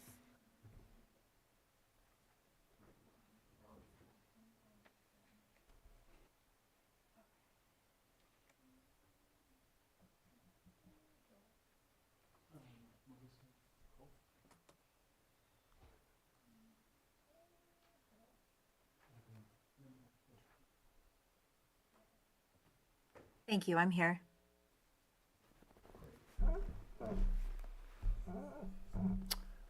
Introduce yourself.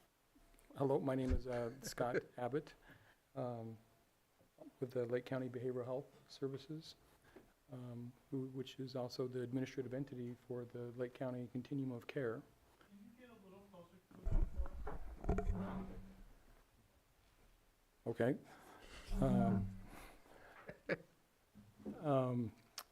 I'm here today to talk a little bit about the COC, and I have three compadres here to join us and help talk about that. What we plan to do today is first talk about our annual point in time count. Pastor Shannon will be providing that with a nice show that she has. She'll be sharing her screen, I believe. And we will also be talking about the homeless, the HHAP round 6, which is the, now it's sort of spacing what HHAP stands for. Homeless Housing Assistance. Homeless Housing Assistance Prevention, thank you. I had to look it You up. know, I know. I look over to you. Bruno is our chair of the COC. And so we will be talking about a little bit about HHAP 6. It is required that we present HHAP, get your approval for the application. A strong component of that also is the homeless action plan, which is required. Requires 3 public presentations. We've done 2 through the COC. We saved the 3rd one to do it here. But before we get to that, I'd like to have Pastor Shannon to discuss our point in time count. Great. Thank you so much. Melissa will actually be sharing her screen, but I will walk us through this year's pit count. First of all, for those that don't know, the pit count, point in time count, happens once a year across the entire country.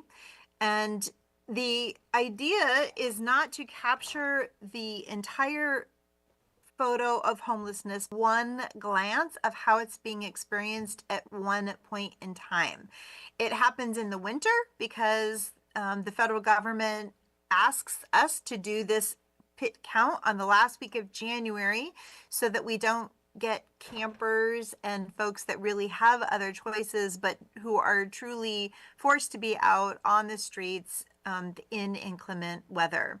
Our pit count generally takes place on the 4th Thursday of the month, as it did this year, January 23rd. And the pit count takes a lot of time and effort. We had 76 volunteers who conducted 311 interviews. There were an additional 28 observations. That means that rather than interviewing the person for the pit count to ask their questions about their experience of homelessness, they were simply observed and counted.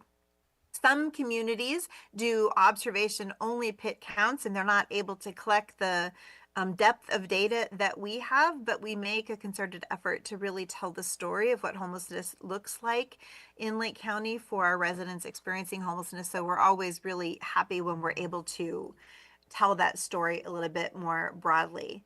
Go ahead and forward. The slide, please, Melissa. The pit count isn't a perfect picture of homelessness because it's a very narrow definition of homeless. And so, for example, if you look at the records of Partnership Health Plan in a year where the pit count listed 500 people experiencing homelessness, they had over 3,000.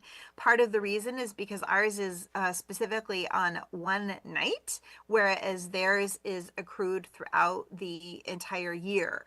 Another reason why ours is going to look like a smaller count than some other definitions of homelessness, because we don't count couch surfing, we don't count when there are multiple families living in a dwelling that is meant for a single family. McKinney-Vento is a measure of homelessness for the schools, for example, and they can count multiple families living in a single dwelling. For the purpose of the federal pit count, we can only use those not living in a habitation, in a unit meant for habitation, or literally living on the street. So having given that, let's move on. I'll share with you that our count is consistent with the state as a whole. And what I mean by that is that the trajectories and the numbers that we are seeing are consistent with what the state of California is seeing as a whole.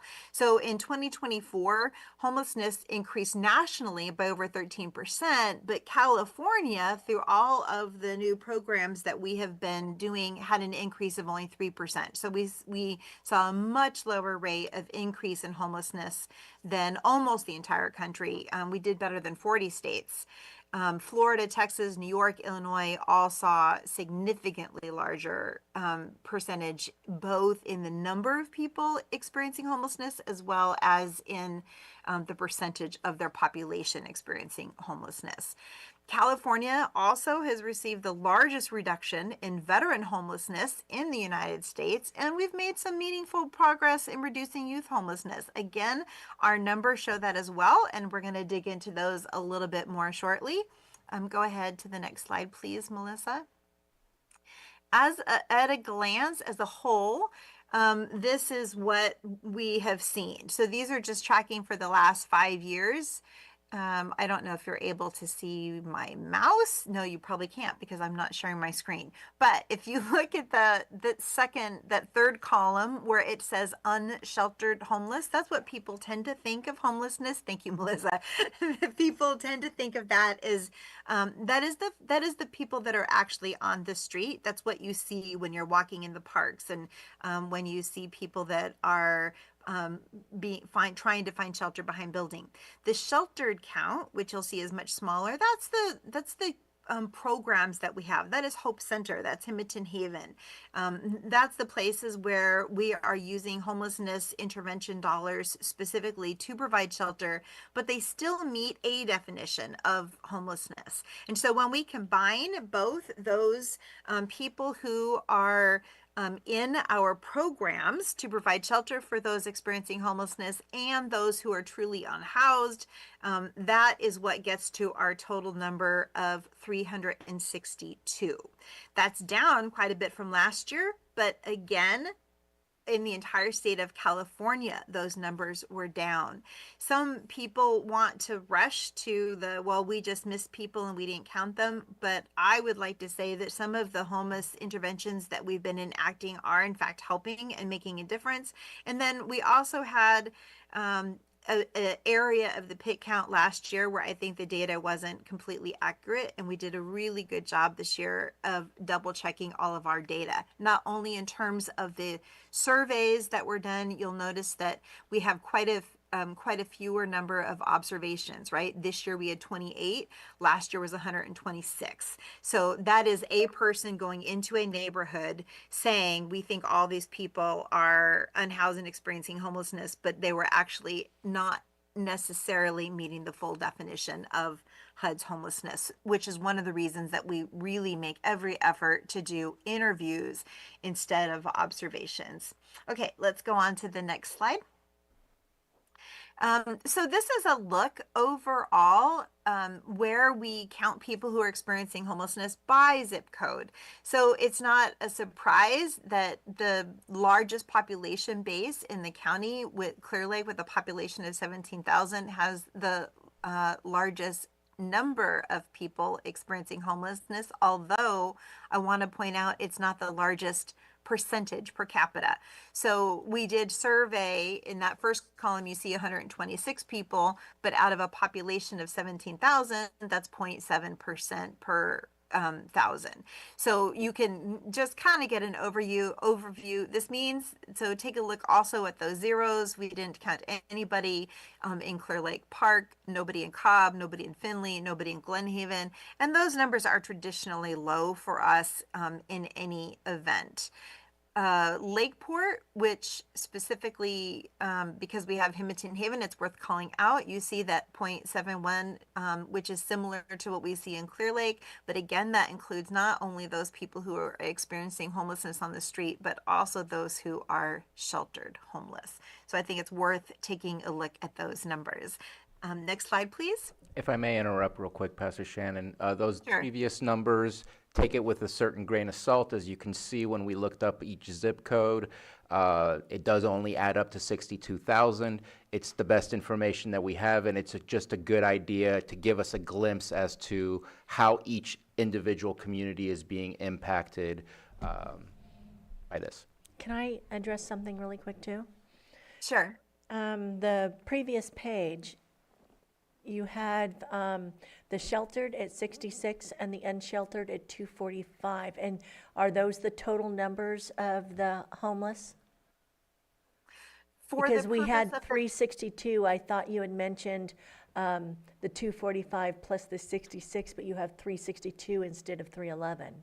That's because you also have to add the observations. Okay.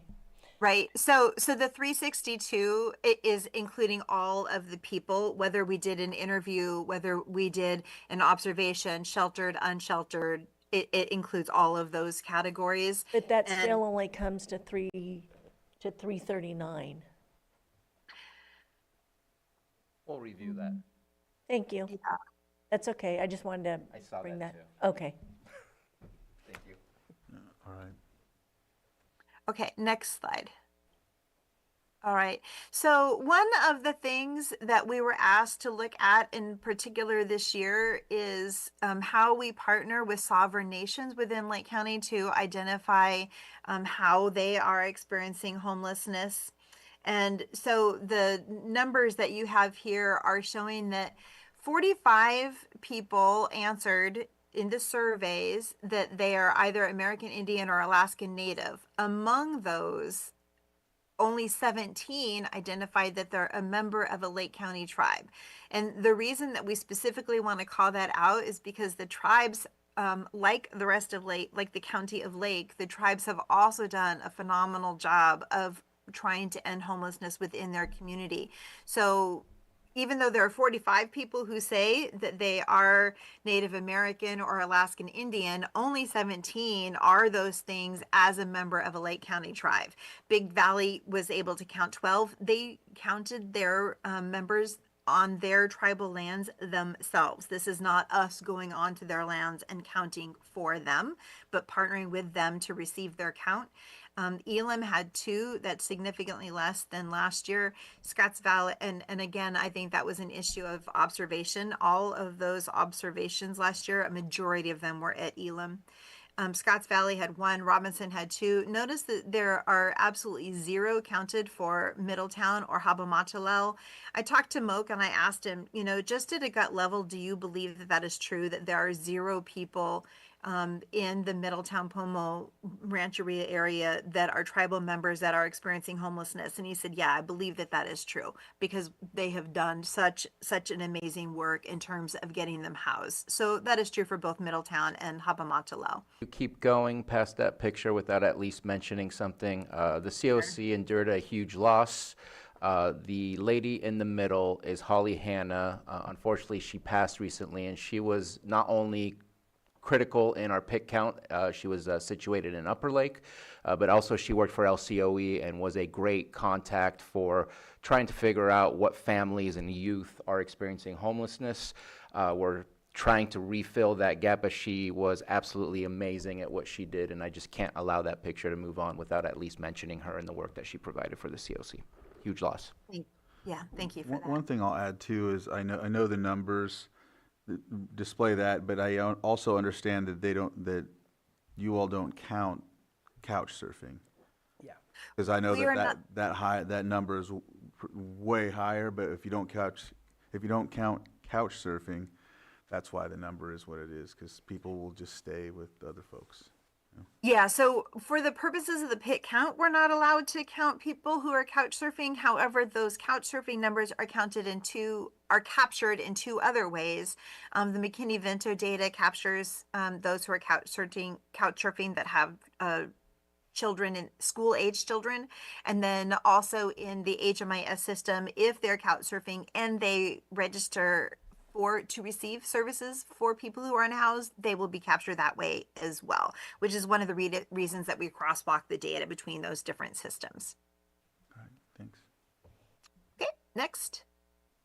So here's one of the breakouts I wanted to show in terms of race and ethnicity. So the largest population of people experiencing homelessness in Lake County is Caucasian or white. It is also the largest, population of the county. So, and then again, to point out that the second largest group experiencing homelessness in Lake County are those who identified as American Indian or Alaskan Native, 45. But of that 45, only 17 identified as being a member of the tribe. Next slide, please. This shows you overall as an example of what the percentages look like in Lake County. So you see this 45 out of 366 is 12%. So it looks like 12% of our population experiencing homelessness are Native American when they represent only 2% of the population as a whole. Which is a warning to us. Like, this is a population that we need to look at. We need to pay attention. Why does one group of people have a higher incidence of population per percentage of their group within the county? And so it's just one other way of looking to track that data. So even if we're not looking at all Native Americans, for example, 12% experience that are unhoused, even if we're only looking at those who have a tribal affiliation at 4.5%, they only make up 2% of the community, which means they have a higher rate of homelessness. So that's the purpose of this slide, to show you those things. Next, please. A lot of times they're unaffiliated with the tribe, and so they don't have direct services to the federally recognized tribe. So that's what happens. Right. And or they are affiliated, they're just not affiliated with a local tribe, right? There are people who, when we ask them the questions more in depth, they'll say that they are members of other tribes that are not physically located in Lake County, but that is their affiliation. Right. So all of those things play into that. This year, we did make an intentional effort not only to count our veterans that are unhoused, but to partner with veteran social service supports that already exist in the county. And so this is, and so they added, for the first year ever, Frick Hall as a site for the pit count, where people could go and be interviewed by other veterans rather than random volunteers that are outgoing if they chose to do that. So this year we had 5 veterans in the sheltered survey. So that's 5 veterans who are in a housing program such as Hope Central or Hamilton Haven. We had 12 veterans that were unsheltered. So that means that in that sense, they're living on the street. So both of those numbers were improved for us in Lake County, right? Last year we had 5 that were in shelter, or excuse me, 6 in shelters. This year only 5. Last year we had 14 veterans we interviewed that are unhoused. This year we had only 12. So the phrase that you hear sometimes is functional zero. And when we see specific populations going down, that means that we're at functional zero. Functional zero doesn't mean we have 0 veterans that are unhoused in our community. We have 17 according to the pit count. Functional zero reports to the growth, not the number of people. So we are going the right direction in terms of our veteran services and veteran housing. Next slide. So this, I don't particularly think this data gives us a huge amount of information in terms of our programs, except to say that, as expected, and again, consistent with the state of California, we have a lower population of women that are unhoused than we do men. Typically, that's because it is easier for women to get friends to house them. In general, when we interview folks, that's sort of the theme that we hear. Again, consistent with the state of California, our highest population experiencing homelessness is between that 25 and 64 age group. We're always particularly worried about that higher end, the 26 folks that you see in the 65 plus group. That says to us that we really need to be looking at some kind of intervention that is specifically targeted for people that are senior citizens. And these specific numbers, when we have the ages, they are based on the interviews, not the observations. And the interviews are really where we get our most relevant data, because it tells us more to what their experience is rather than us guessing what we think their experience is. The next slide looks at mental health data, which I'm sure you'll be interested in based on the previous agenda item today. 82 of the adults that were interviewed said self-identified as having a serious mental illness when it was framed as a question around mental illness. 57 identified that they have a significant substance abuse disorder. 5 said that they had AIDS. 37 said that they were adult survivors of domestic violence. Now, take a look, contrast those numbers up top with the numbers that you see below. So 82 versus 119. What is the difference between those? The 82 is those who self-identified as having a serious mental illness, but that 119 is contrasting that same population with people that are registered for services within HMIS, and we know that it's higher. So we have 119 of the folks that were interviewed that did not identify as having mental illness but are receiving services. So that's not too much of a disparity when you consider that a stranger is interviewing them asking, do you have a mental illness? 82 said yes, but 119 are actually receiving services. Same thing in terms of the substance use disorder, although you'll notice that that's much closer. 57 during the interview said that they have a substance use disorder, and we show that were interviewed in the PIT count, of those interviewed in the PIT count, also registered to receive services in HMIS. It's a fairly close number, 57 to 68. How many folks have HIV/AIDS? 5 said they did during the interview. 9 in HMIS are receiving services. And then the domestic violence number, and this is intriguing to me, is exact. 37 both in the PIT count and in our HMIS data. And just want to add real quick, HMIS is the Homeless Management Information System that is utilized by all of the agencies that are partners with the COC.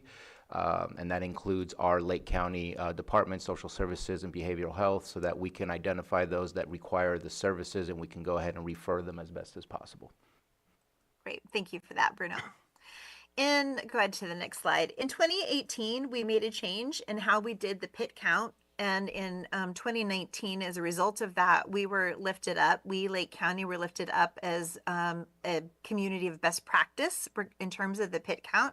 And the change that we made in specific was that every year we go to the trouble of having all of these volunteers go out and do these interviews. So we decided that we would start asking questions that are unique to Lake County. So we'll gather all the data that the federal government requires of us, but we're also going to include questions that are unique to the population, that are residents here, that are our neighbors.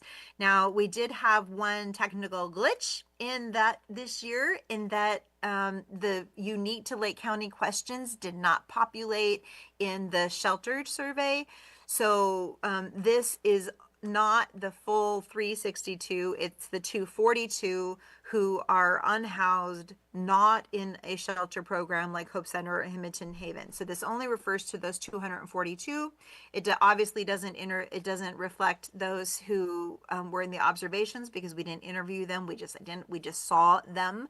So that is one thing. And then the second thing that we learned through the unique questions was that the sheltered survey did not include tribal sheltering programs. So Big Valley, for example, has homeless service housing where they're able to help place people experiencing homelessness into housing, but that wasn't an option on the survey. So we will get better about doing that, but I just want to do those 2 observations before I go into the Lake County specific data. So here we go. First of all, I want to say, and I say this every time because every single survey we have ever done has shown this, Lake County is home.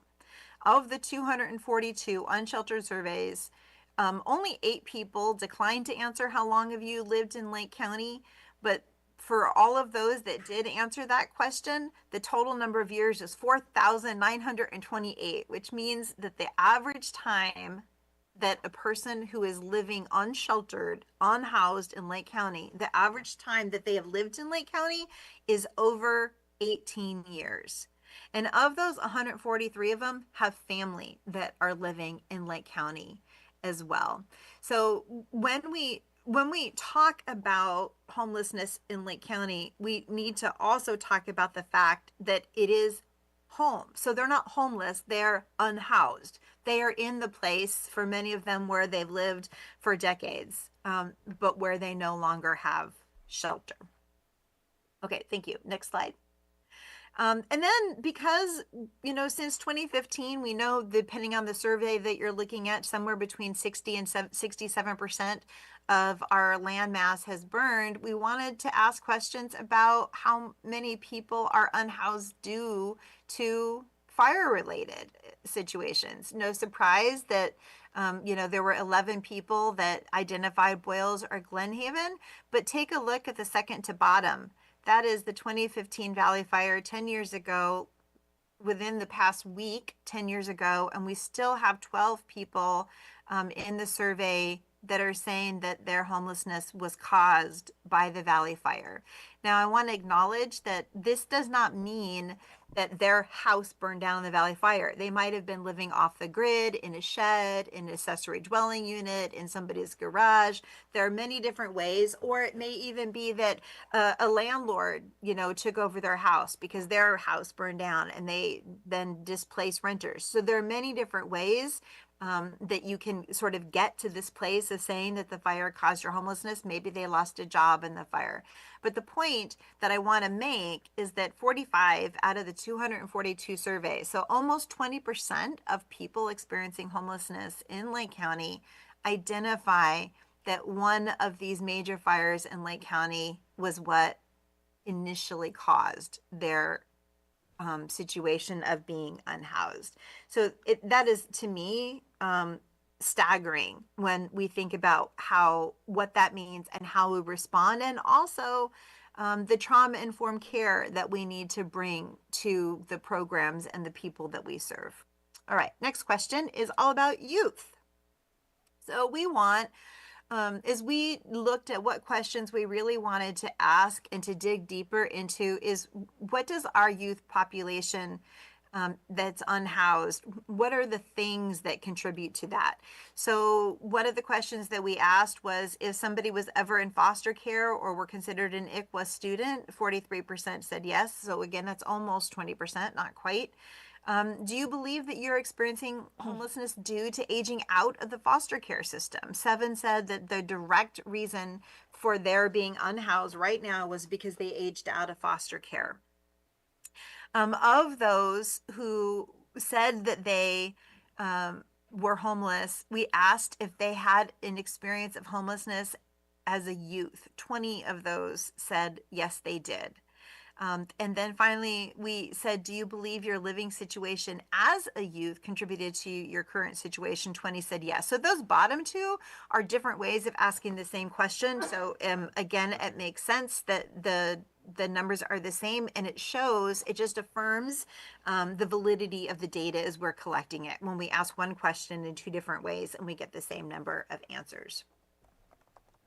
Next, we looked at incarceration and the legal system. And we really wrestled with how to ask this question. If you ask somebody directly, like, are you a felon? Is this the reason you're homeless? You created defensiveness and less openness to answering the questions.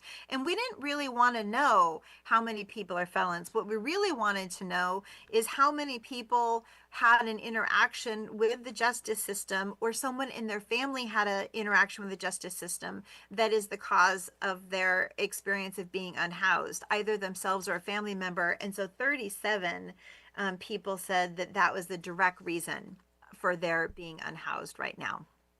So that's good because, of course, we know that probation has a program that they are working on and receive funding for to build housing to include people who are justice involved. So that next year, hopefully, we'll see that number specifically go down. But this is how we track how well the grants and the funding that we're doing impact the measures that we actually see on the streets.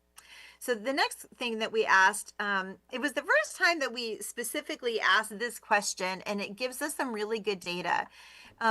instead of saying, what kind of housing do we need? Instead of making a very broad question, we ask people to consider very personally, for you yourself, for you or your family, what kind of housing would you prefer if it was available today?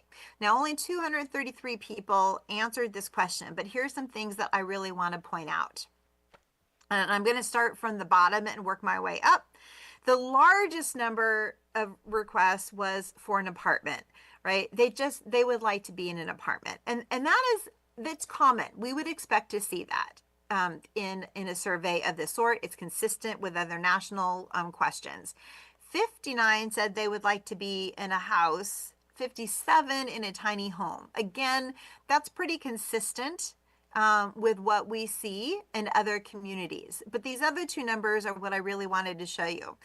26 of them said specifically that they would like to have safe parking. Now, this doesn't mean somebody is choosing to want to be homeless forever. It means that they just want a place to be short term so they can figure out what they are doing. And when we look at communities that provide safe parking and we provide wraparound services in conjunction with that safe parking, we see that good results, better than 50%, which is a kind of the mark of what you want to see in a program, are able to find housing. So next year, it will be very interesting to see what the numbers come from the safe parking projects that Lake County is opening. Now, this 3, I want you to remember this 3 over the next 3 slides. So this question was, if we just asked people what kind of housing they want for themselves, only 3 people said group or communal housing. However, next slide, that 3 changed to a 98 if we said it was a dorm. So would you consider living in a dorm if all the residents were part of a job training? It went from 3 people willing to live or wanting to live in a group setting to 98 people wanting to live in a group setting. When we added specific training programs or workforce development, that 3 went from 3 to 98 to 143. That is more than a third of the people that completed this interview. And so we took a look at what kinds of group housing specifically connected with job training or education were the most sought after for people. And you'll see that while housing for education, I mean, we know that students want dorms. That was the second highest that we would expect to see. But the highest number was actually construction. So if we would be able to find a way to connect a shelter provider with a workforce development program, specifically in the area of construction, that was the highest, most sought after place where people said that they would like to live in group housing. And then, of course, second, as I already talked about, education dorms. But then also take a look at the landscaping. You know, it's also a significant number, not as high as the construction was. But if you combine these others, landscaping, seasonal ag, solar, construction, you get a pretty significant number of people that want to better their lives by training or education.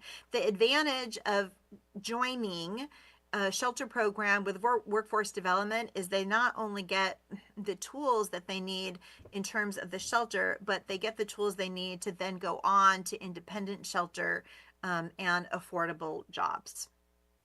So that was the first time we've actually connected this data in those ways.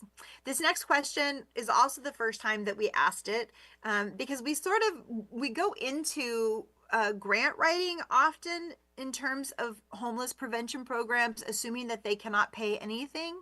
But that's actually not the case. When we asked people, not in general, but for you and your family, what price range could you reasonably afford to pay for housing? 10 of them said they could pay $800 or more. 20 said they could pay between $600 and $800. 38 said that they could pay between $400 and $600. 28 said between 200 and 400. 45 were like it'd have to be under 200. 95 said it would have to be free.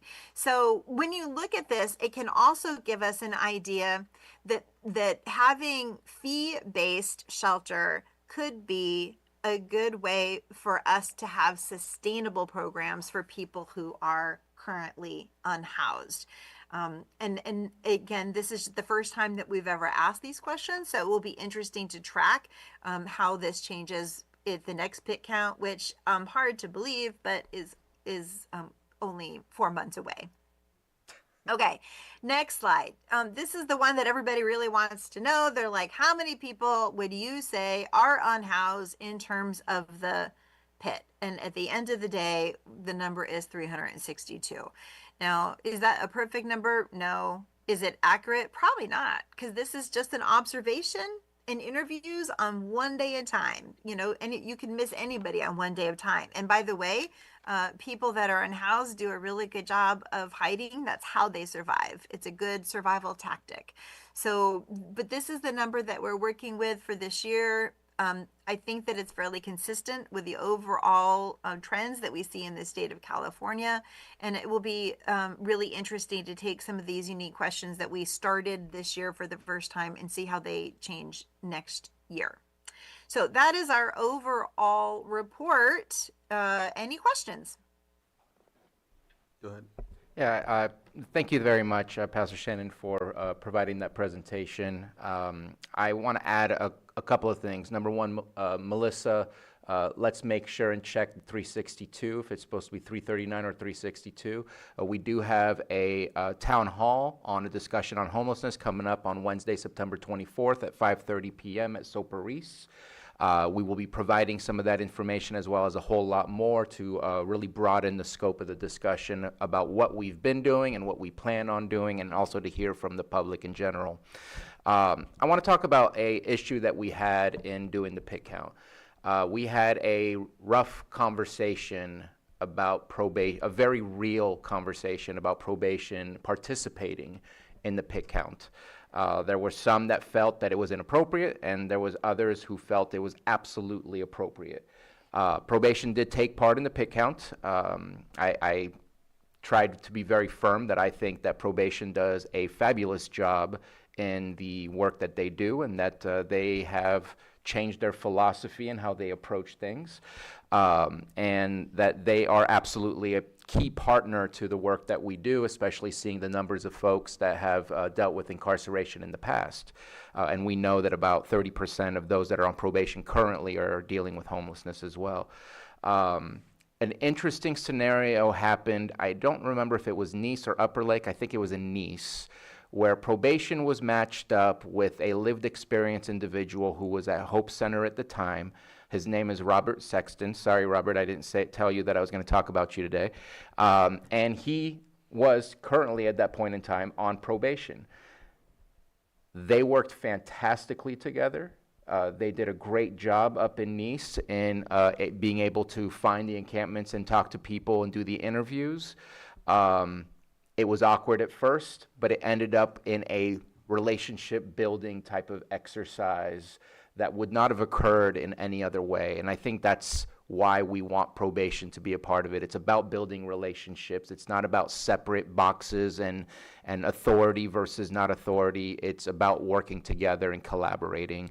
In fact, Robert has graduated from his Hope Center situation and then now lives in a home and is moving forward and is going to school at Woodland Community College. But I just want to talk about that there have been some difficult conversations regarding how to do the pit count.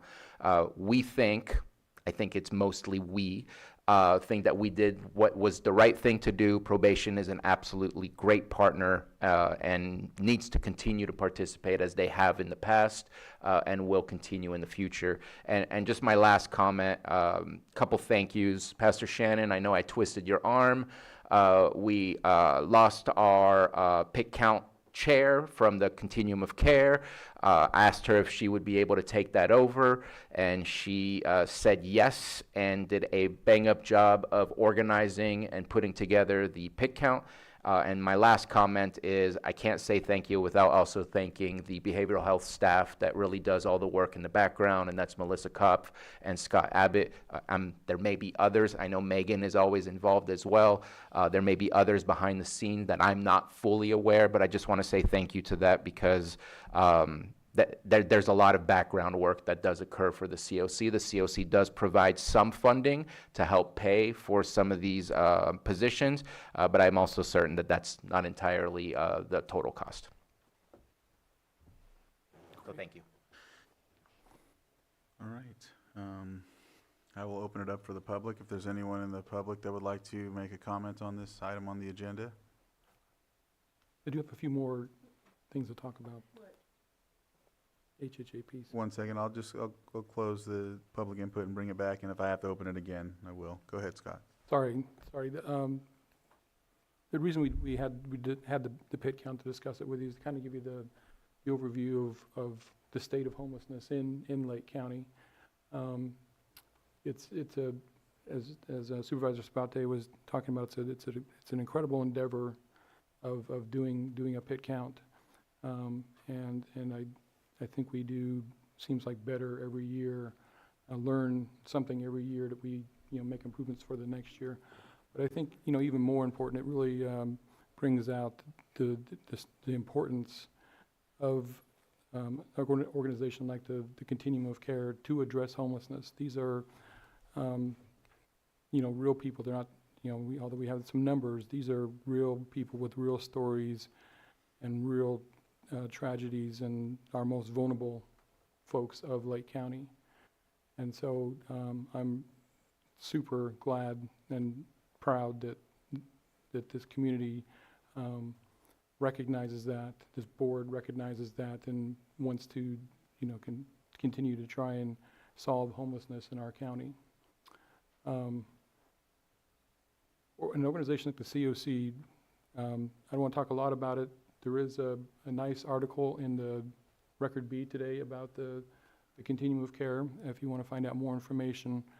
But just real quickly, what it does do, one of the main things besides the pit count is obtaining grants, state grants, federal grants, and then taking that funding and based on things like the pit count and feedback that we receive from the community is determine what are the best uses and best needs that we can do with the funding that we have.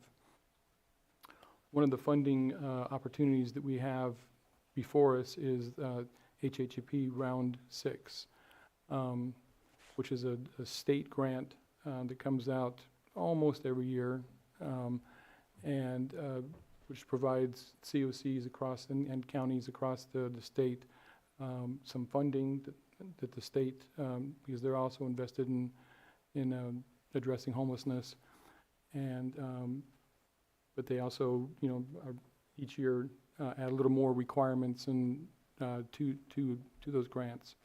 I've asked Linda Hedstrom if she could talk a little bit about, she's our grant writer, talk about the requirements of HHAP 6 and the input that we need from you and the community. Linda, are you there? Yeah, I'm here. Don't know if you could see me. Yes. The HHAP 6 application was due end of August. So, folks, that's been submitted. But typically within 30 days, State Department of Housing says, comes back to us asking for a lot of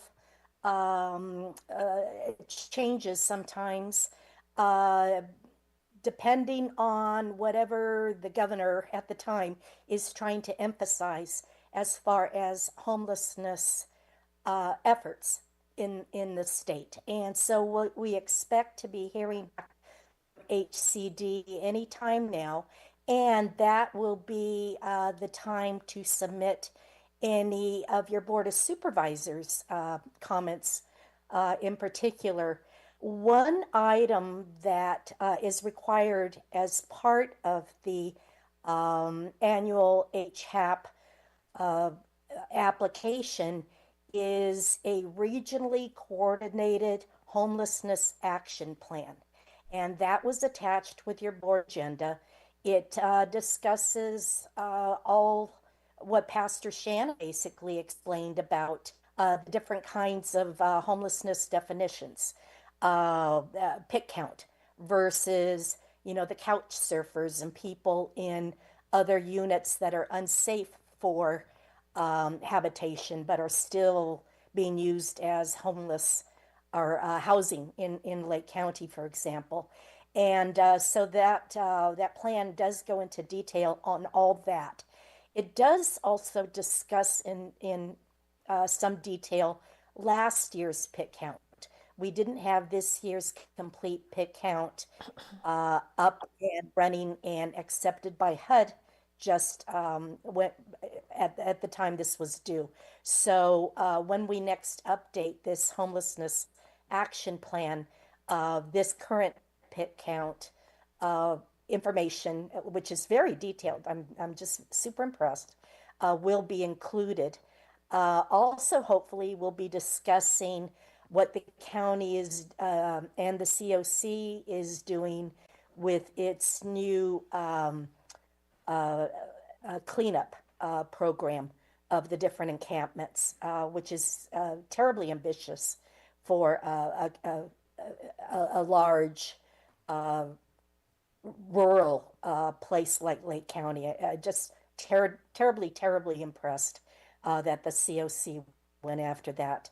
But if you have any comments on that homelessness action plan, I'd sure appreciate it, because one of the regulations now, fairly new with the state, is that both the county and the COC need to annually review and update that plan.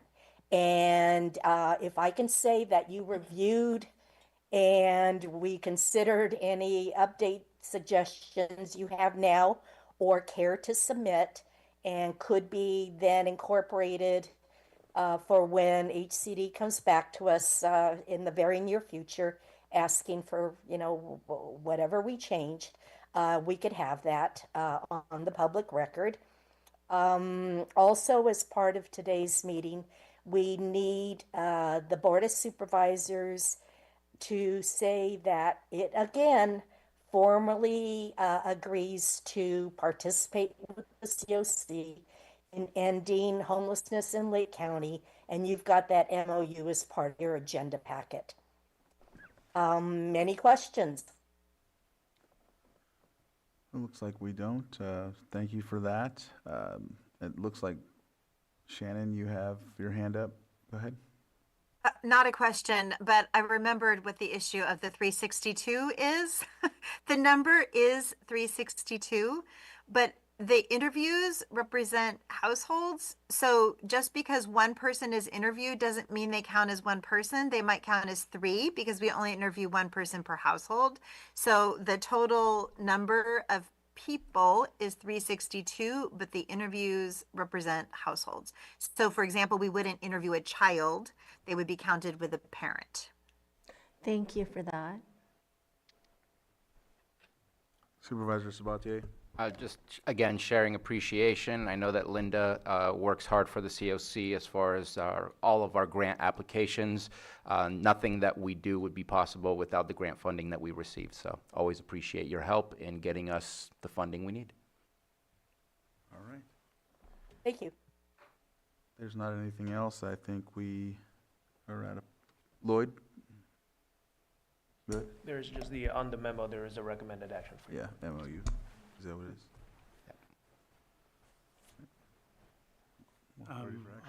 If there's nothing further, I'll move to approve the memorandum of understanding between the County of Lake and the Lake County Continuum of Care to alleviate and prevent homelessness in Lake County, and authorize the chair to sign. And then should we take that as separate action? Yes, and that would be probably two separate actions. So I have a motion and a second, and just real quick, I'm going to comment because people are watching. I will follow up with you all about some of the things I'm dealing with in the mobile home parks, because I know that that's a prevention type of thing. I just don't want to get into that. I know that's going to take away from what we're talking about now, so I'll follow up. So I have a motion and a second. All in favor? Aye. Any opposed? Motion carries 5-0. And with that, I'll continue.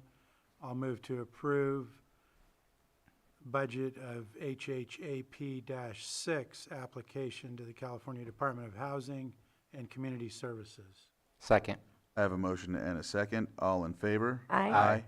Any opposed? That motion carries 5-0. Supervisor Sabatier. I know you didn't want to distract, but I just want to say out loud for the public as well as the board, we did set aside $400,000 for prevention. That is in the works. There's money set aside within the budget here as well. And so we are looking to really work on one end, which is to get people off the streets, and on the other end, to prohibit them from falling into the trap of homelessness. Thank you So, for that. No, I appreciate that. we are attempting both, and hopefully we can help you with what's available. Excellent. Thank you. All right, well, thank you for that, and I don't know, I think that's all we have for you all, right? All right. Thank you. All right. Let's see, what do we got, 11:30? Do we need a break, or are we good? I need a quick one. Let's take a quick break. We'll come back at 11:35.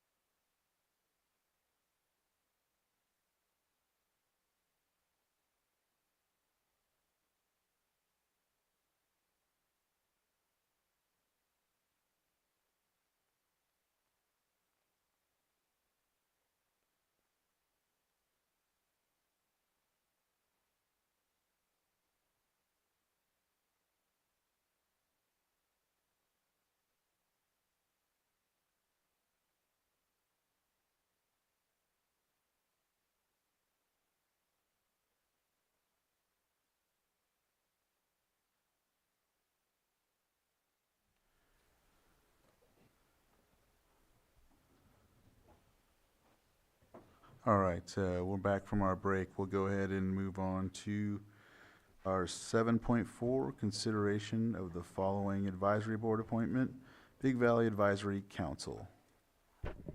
Yeah, I can start that. So we appointed earlier this year Sydney Gibertson as an alternate. And actually, since that appointment months ago, she's been serving as basically a member because we've been short. We've had some resignations. So this request is to reappoint her as a regular member, not an alternate, so that then later we can move on to recruit the other vacant positions. Okay. All right, any comments from the board? Not hearing any, I'll open it up for the public. For the Big Valley. All right, we'll close public comment and bring it back to the board. And I'll move that we appoint Sydney Gibertson as a regular member of the Big Valley Advisory Council. Second. I have a motion and a second. All in favor? Aye. Any opposed? That motion carries 5-0. Should I do 5 or 6, 7.5 or 6? Why don't we do 7-6?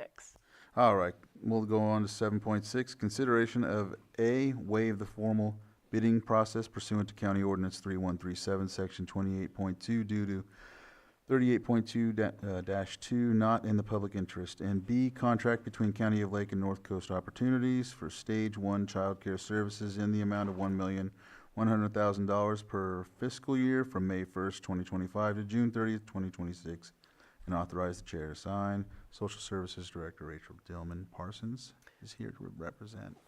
Good morning, Board, and if you have any questions I cannot address, we also have Melinda Lahr, my Deputy Director, on the Zoom. So NCO is the state's contracted alternative payment program provider, so they are a sole source for these services and therefore exempt from the competitive bidding process. These services are fully state and federally funded, and they are based on the actual expenses. There's no cap, so whatever it costs is what we're able to draw down.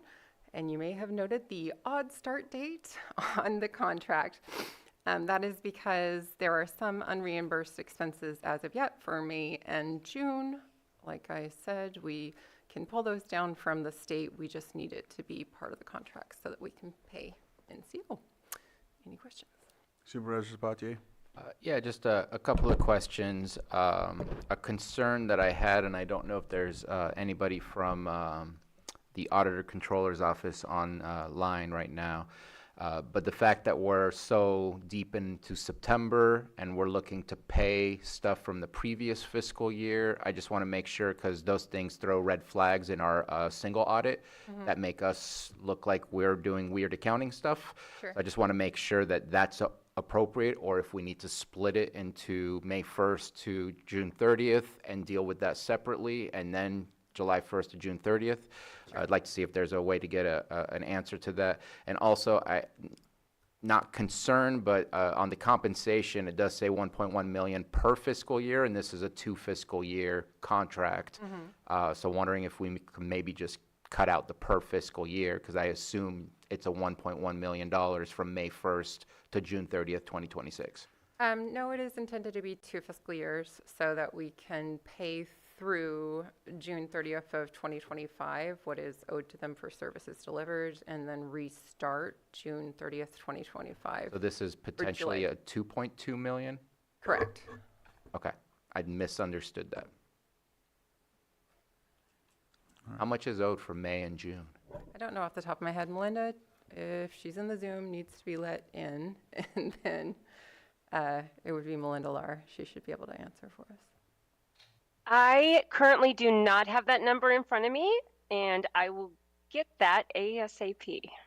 Okay, well, maybe we need to bring this item back then to answer your questions, because I know it was approved by County Council, but I do not know that we consulted with the auditor. I think my main issue is the auditor one for the May 1st, just because I've seen us in the past having to go backwards and say that we're now going back to a previous fiscal year. So just the rest, as far as what is owed and the 1.1 per, if it's already coming from the state as a pass-through, I'm good to go. Yeah, We have to figure out some way to pay them because they've delivered the services. Just the question is how to put it in a contract. So I will clarify that with the auditor, and we will bring this back to you. Susan? Yes, thank you, Chair. The auditor's office is at a conference this week, so you might have a challenge getting a hold of her. Okay, noted. Right. So I will withdraw this item and bring it back to you at a later time. Oh, okay. Is that what we're gonna do? All right. Okay. All right, thank you. Thank you. Well, should I open to the public first? Open it up to the public in case someone wants to comment on this item. I'll bring it back to the board and we will continue this to a later date to be determined. Thank you. 7.5, all right. Consideration of the Consideration of the First Amendment to Commercial Lease Agreement between the County of Lake and Lakeport Plaza LLC for office space at 55 First Street, Lakeport, California. Public Defender, Director Ray Buenaventura. Yes, good morning, Mr. Chair. Thank you, members of the board, for having me up here by Zoom today. I hope you got my email. I have had a COVID outbreak with my staff. 4 members of my office have been infected, so I didn't want to take a chance in coming to your meeting. But I want to thank you, Mr. Chair, for putting this item on your agenda. I want you to know that I don't take this lightly. In fact, this is a serious concern to me, serious enough that I'm asking for you to consider this item yet again. It was clear to me at the last meeting, and you spoke very clear, and I understand your clear direction was that you were not interested in spending a lot of money on this request for our transition to the second floor. Again, we are both on the second floor and the third floor of this building. The third floor is occupied solely by my administrative staff, which consists of at least 4 people. So the request is to move all of them, and actually there's going to be an accountant, so that's 5, down to the second floor. And I thought it would be helpful if I showed you a graphic and as well as a video of my request. But before I do that, I want you to just understand what I've done since our last meeting. So after I got clear direction from you and an understanding of where the board's concern was, I went back and I started to renegotiate with the property manager at my building. The result is that we were able to obtain what I think is a substantially changed proposal. The initial proposal called for an increase in the rent. This new proposal has absolutely no increase in the rent. The initial proposal asked for a remodel to the amount of at least $10,000 in remodeling to accommodate the transition. This new proposal has no request for a remodel. So about the only thing that still cost slightly is the transition time period. The old proposal asked for a 3-month transition period. This new proposal only asks for 1 month. And I presented this to the Space Committee and got what I think was a positive response. Shane French was also there, and he believes that the transition of a month, probably less actually now, can take place. And in fact, they were looking at starting to try to do something today in terms of the IT setup. So again, no increase in rent, no remodel, and a 1-month transition period. Now I'm going to share with you our real quick, I know you want to share the presentation, but I know that Vice Chair was attending. It was in attendance at the. Yes. Yeah. So I think if it's okay, we might just get your input from it and if everyone's okay with it, I mean, I think we understand the realm of it. We may not need to go through the presentation from that point, if that makes sense. So, Yes. Vice Chair, go ahead. Yeah, so at the Space Committee, this was discussed, and I support this new plan because we're not going to be remodeling, and it's only going to cost $1,700 for that 30 days to move out. I do believe that it's valuable to have all the people in the same building, so that's really where it stands, and the Space Committee, can work with that, or they were okay with that. Supervisor? No, Supervisor Pyska wasn't there, but. I wasn't at the meeting, but I did get briefed, and I'm okay with going forward with this too. Supervisor Owen? I thought in your notes it stated that it would be $18,677 for that transition month would be the amount that would be paid, which is an increase of $4,057.90 for that 1 month. To move 4 people, it just doesn't seem like, I mean, that's something that realistically, a couple of good guys could probably do in a couple of hours, I would think. So a full month to make that transition just seems like a lot, and 3 months was just over the top in my mind. I have one more question. I know that we're paying $9,903.60 rent per month for your current space. There's an additional base fee of $4,716. What does that entail exactly? Because you're already paying rent, I mean, a really high rent. And then we are paying an additional base fee of over $4,700 a month. Can you tell me what that includes? Does that include the power, just everything? If I could defer that to either Stephen or Matthew, because they were involved in that negotiation. Thank you. In the meantime, Supervisor Sabatier? I know in last week's memo, it mentioned and pays for sewer, water, electricity, like all those things. So I think that was detailed in our last memo. Somebody please correct me, but that's what I read. I remembered the power. Yeah. Not the power, I remembered the garbage. So, if just to state my opinion, I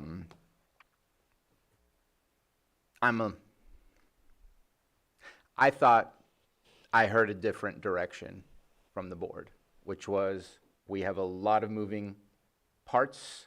We have a lot of discussions.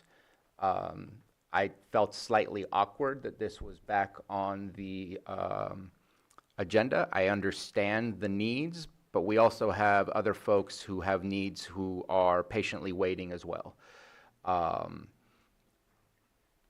It's also slightly, I guess I want to question every agreement now that comes before me. Can we get a better deal? Because it looks like if we say no, there's the possibility of a better deal tomorrow. That also is concerning me. And so at this moment in time, I feel direction was clear. We have a lot of moving parts. We have a lot of potential changes that are coming up in the near future. We want everyone to be patient. I'm going to stand on that same position as I did last week, that I thought the board had provided. Our answer was not no, maybe. Our answer was, at this moment in time, this is not in the best interest to move forward. And I still feel the same way. So Vice Chair, go ahead. I'm confused now, Mr. Buenaventura, because I thought when I asked this question at the Space Committee, I thought we were looking at a $1,700 cost increase based on the 1 month to move. That's my recollection coming out of the Space Committee, that our only cost was $1,700 addition to what we were paying. But now it looks like that could be higher. Am I confused about something between the Yes. base rate and the flat rate?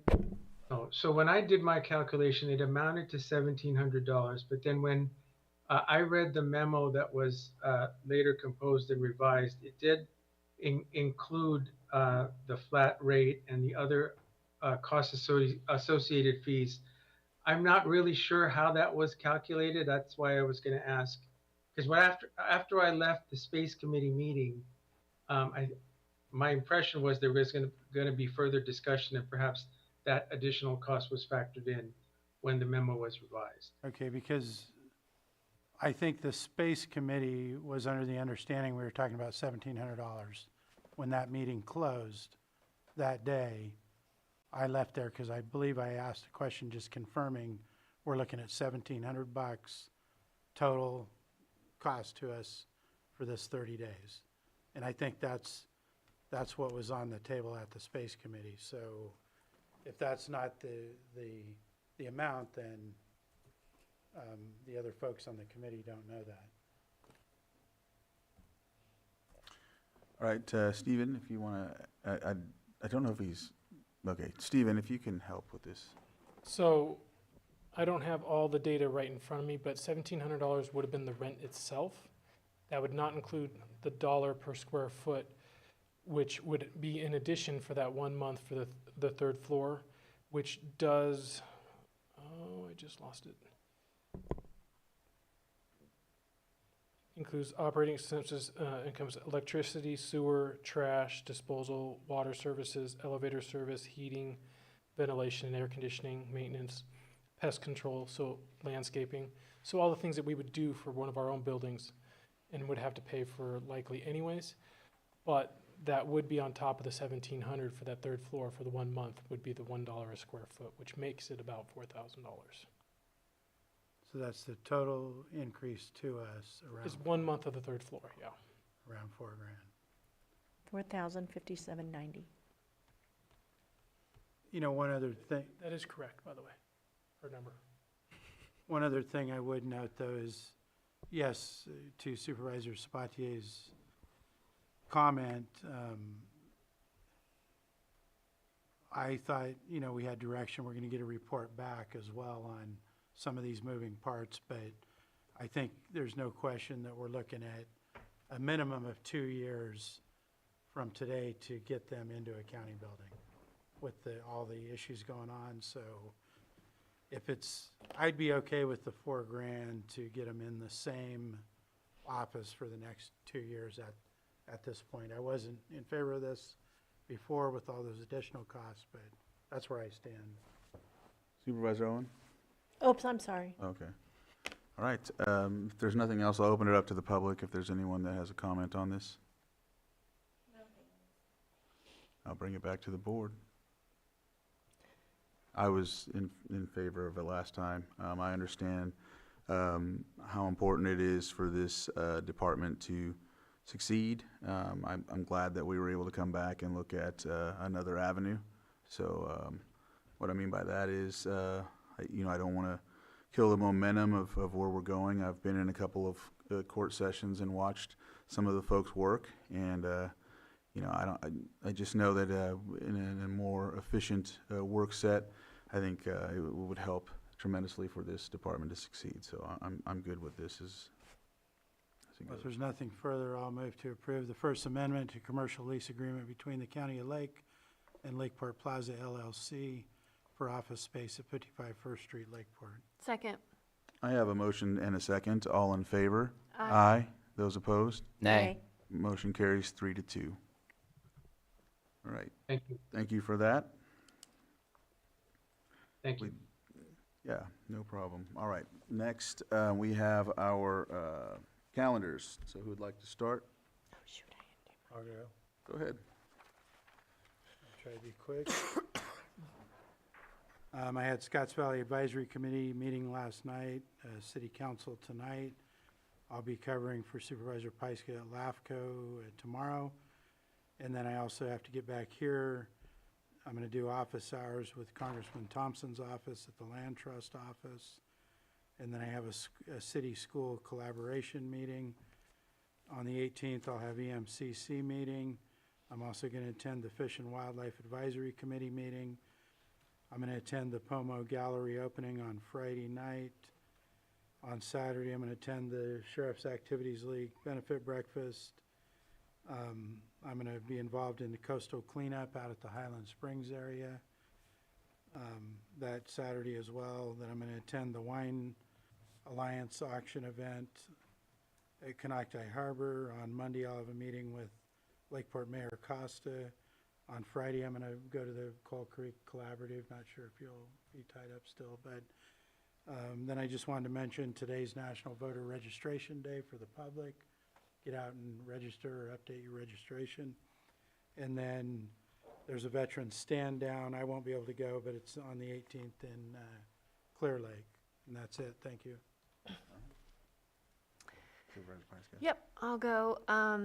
Yeah, last week it was a really great summit at After the Fire USA. And then I just want to thank everybody for coming out to all of the Valley Fire commemorating events. They were really wonderful over the weekend.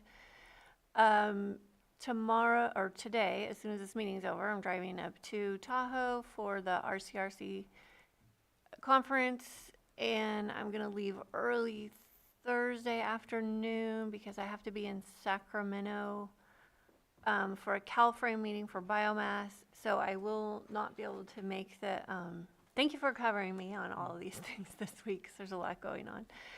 I'll miss Coal Creek, but I'm glad that you'll be there. I will come in just in the nick of time for our Workforce Alliance of the North Bay meeting at 3 o'clock. And then I've got a home football game I'm going to go to in Middletown. And then wine auction Saturday night. And Monday I will have my meeting with CAO Parker. All right. Okay.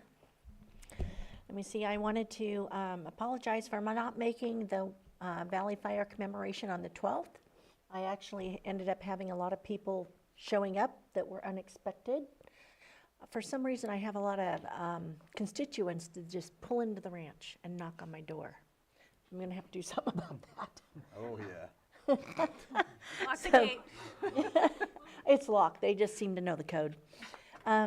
And then I did have our 6th rodeo on that evening. We have a Middletown rodeo series that I've been putting on for about 23, 24 years. And we had our 6th of the 7 that we will be having. And so that was Friday night. It was a well-attended, probably 150 plus people. So that was a lot of fun. I love watching the kids. We have one more in October, and don't ask me what day. I think it's the 3rd, but I will check. Anyway, it's free to come and watch. We had our Valley Fire commemoration, which was well attended on Saturday at the Middletown Park there by the library. And one of the people I really feel bad that I didn't mention, there was a number of people, there's no way to mention a thank you to everybody that you need to, but there was one person that was overlooked that I really felt bad afterwards when I realized, and that was Rob Brown. He did a tremendous amount as supervisor at that time for both District 5 and District 1. So I'm saying thank you to him right now. Let me see, today we have the meeting. Tomorrow evening I have the Lower Lake Action Dinner. I was supposed to also go to a Hidden Valley Lake Safety meeting. I just got a note a little while ago that has been postponed. I have Calliope Water and something else on Thursday. And I'm hoping Friday I've been trying to get with Pawan for a few weeks now with Water Resources to check out the Hidden Valley Lake levee along that area. So I'm hoping to make that happen this week. If not, we'll do it next week. Let me see. Oh, one more new thing that I wanted to bring up. I have been trying to get a big bass tournament going here in Lake County, as we are the bass capital. And I was able to speak with Skeeter Reese today. We've been playing phone tag for a little bit, back and forth. He is wanting to put one on here with Bass Pro in, I think it's the last weekend of June in 2026. So I'm going to be seeing who I have to work with on that. I spoke with Mr. Rasmussen earlier today, And, but that would be kind of a cool, it would be the largest bass tournament on the West Coast. So, pretty exciting stuff. All right, thank you. Supervisor Sabatier? So this week is pretty jam-packed. I have a LAFCO meeting tomorrow at 9:30. If I have time, I'm going to go to the NACO Arts Council. The COC has an interfaith group, and then we'll be having a luncheon where there's a gathering of all the faith leaders.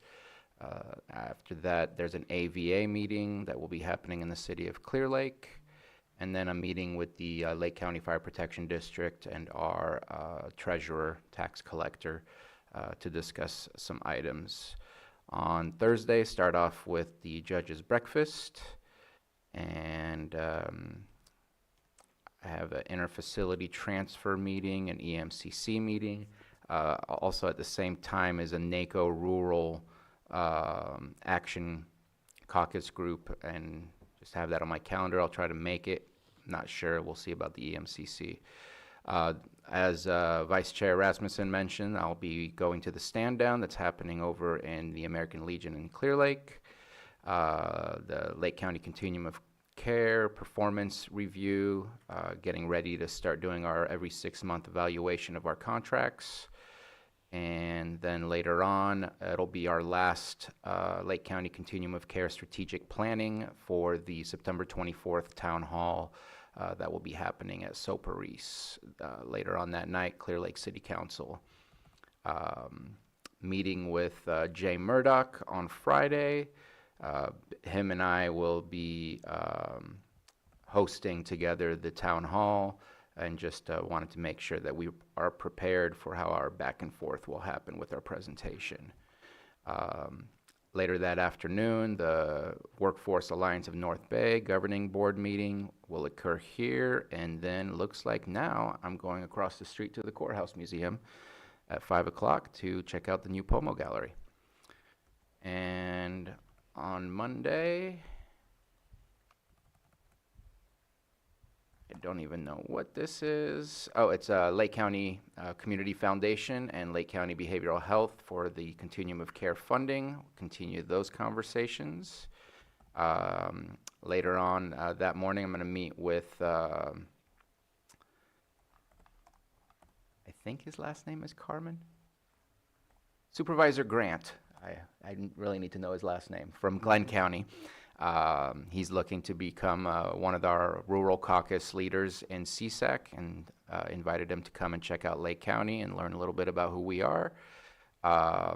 Also have an Encampment Resolution Fund meeting happening as well, meeting with our CAO, and later that afternoon, again for the Continuum of Care, I'll be going to Hope Center where the Lived Experience group will be having their meeting, and be back here on Tuesday for our Board of Supervisors meeting. All right. So I'll start off with this weekend. We had a dump day at Upper Lake Park. It went pretty well. It was really attended heavily. A lot of folks came through about 2 or 3 times. Really glad to have one. So now we've had one in each of our towns in the North Shore, and I'm sure that the others are going to have some as well. I know that the Calvert Cycle is going to keep continuing on. I'm not sure about this year, but for sure next year they're gonna continue around the lake. So just throwing that out there.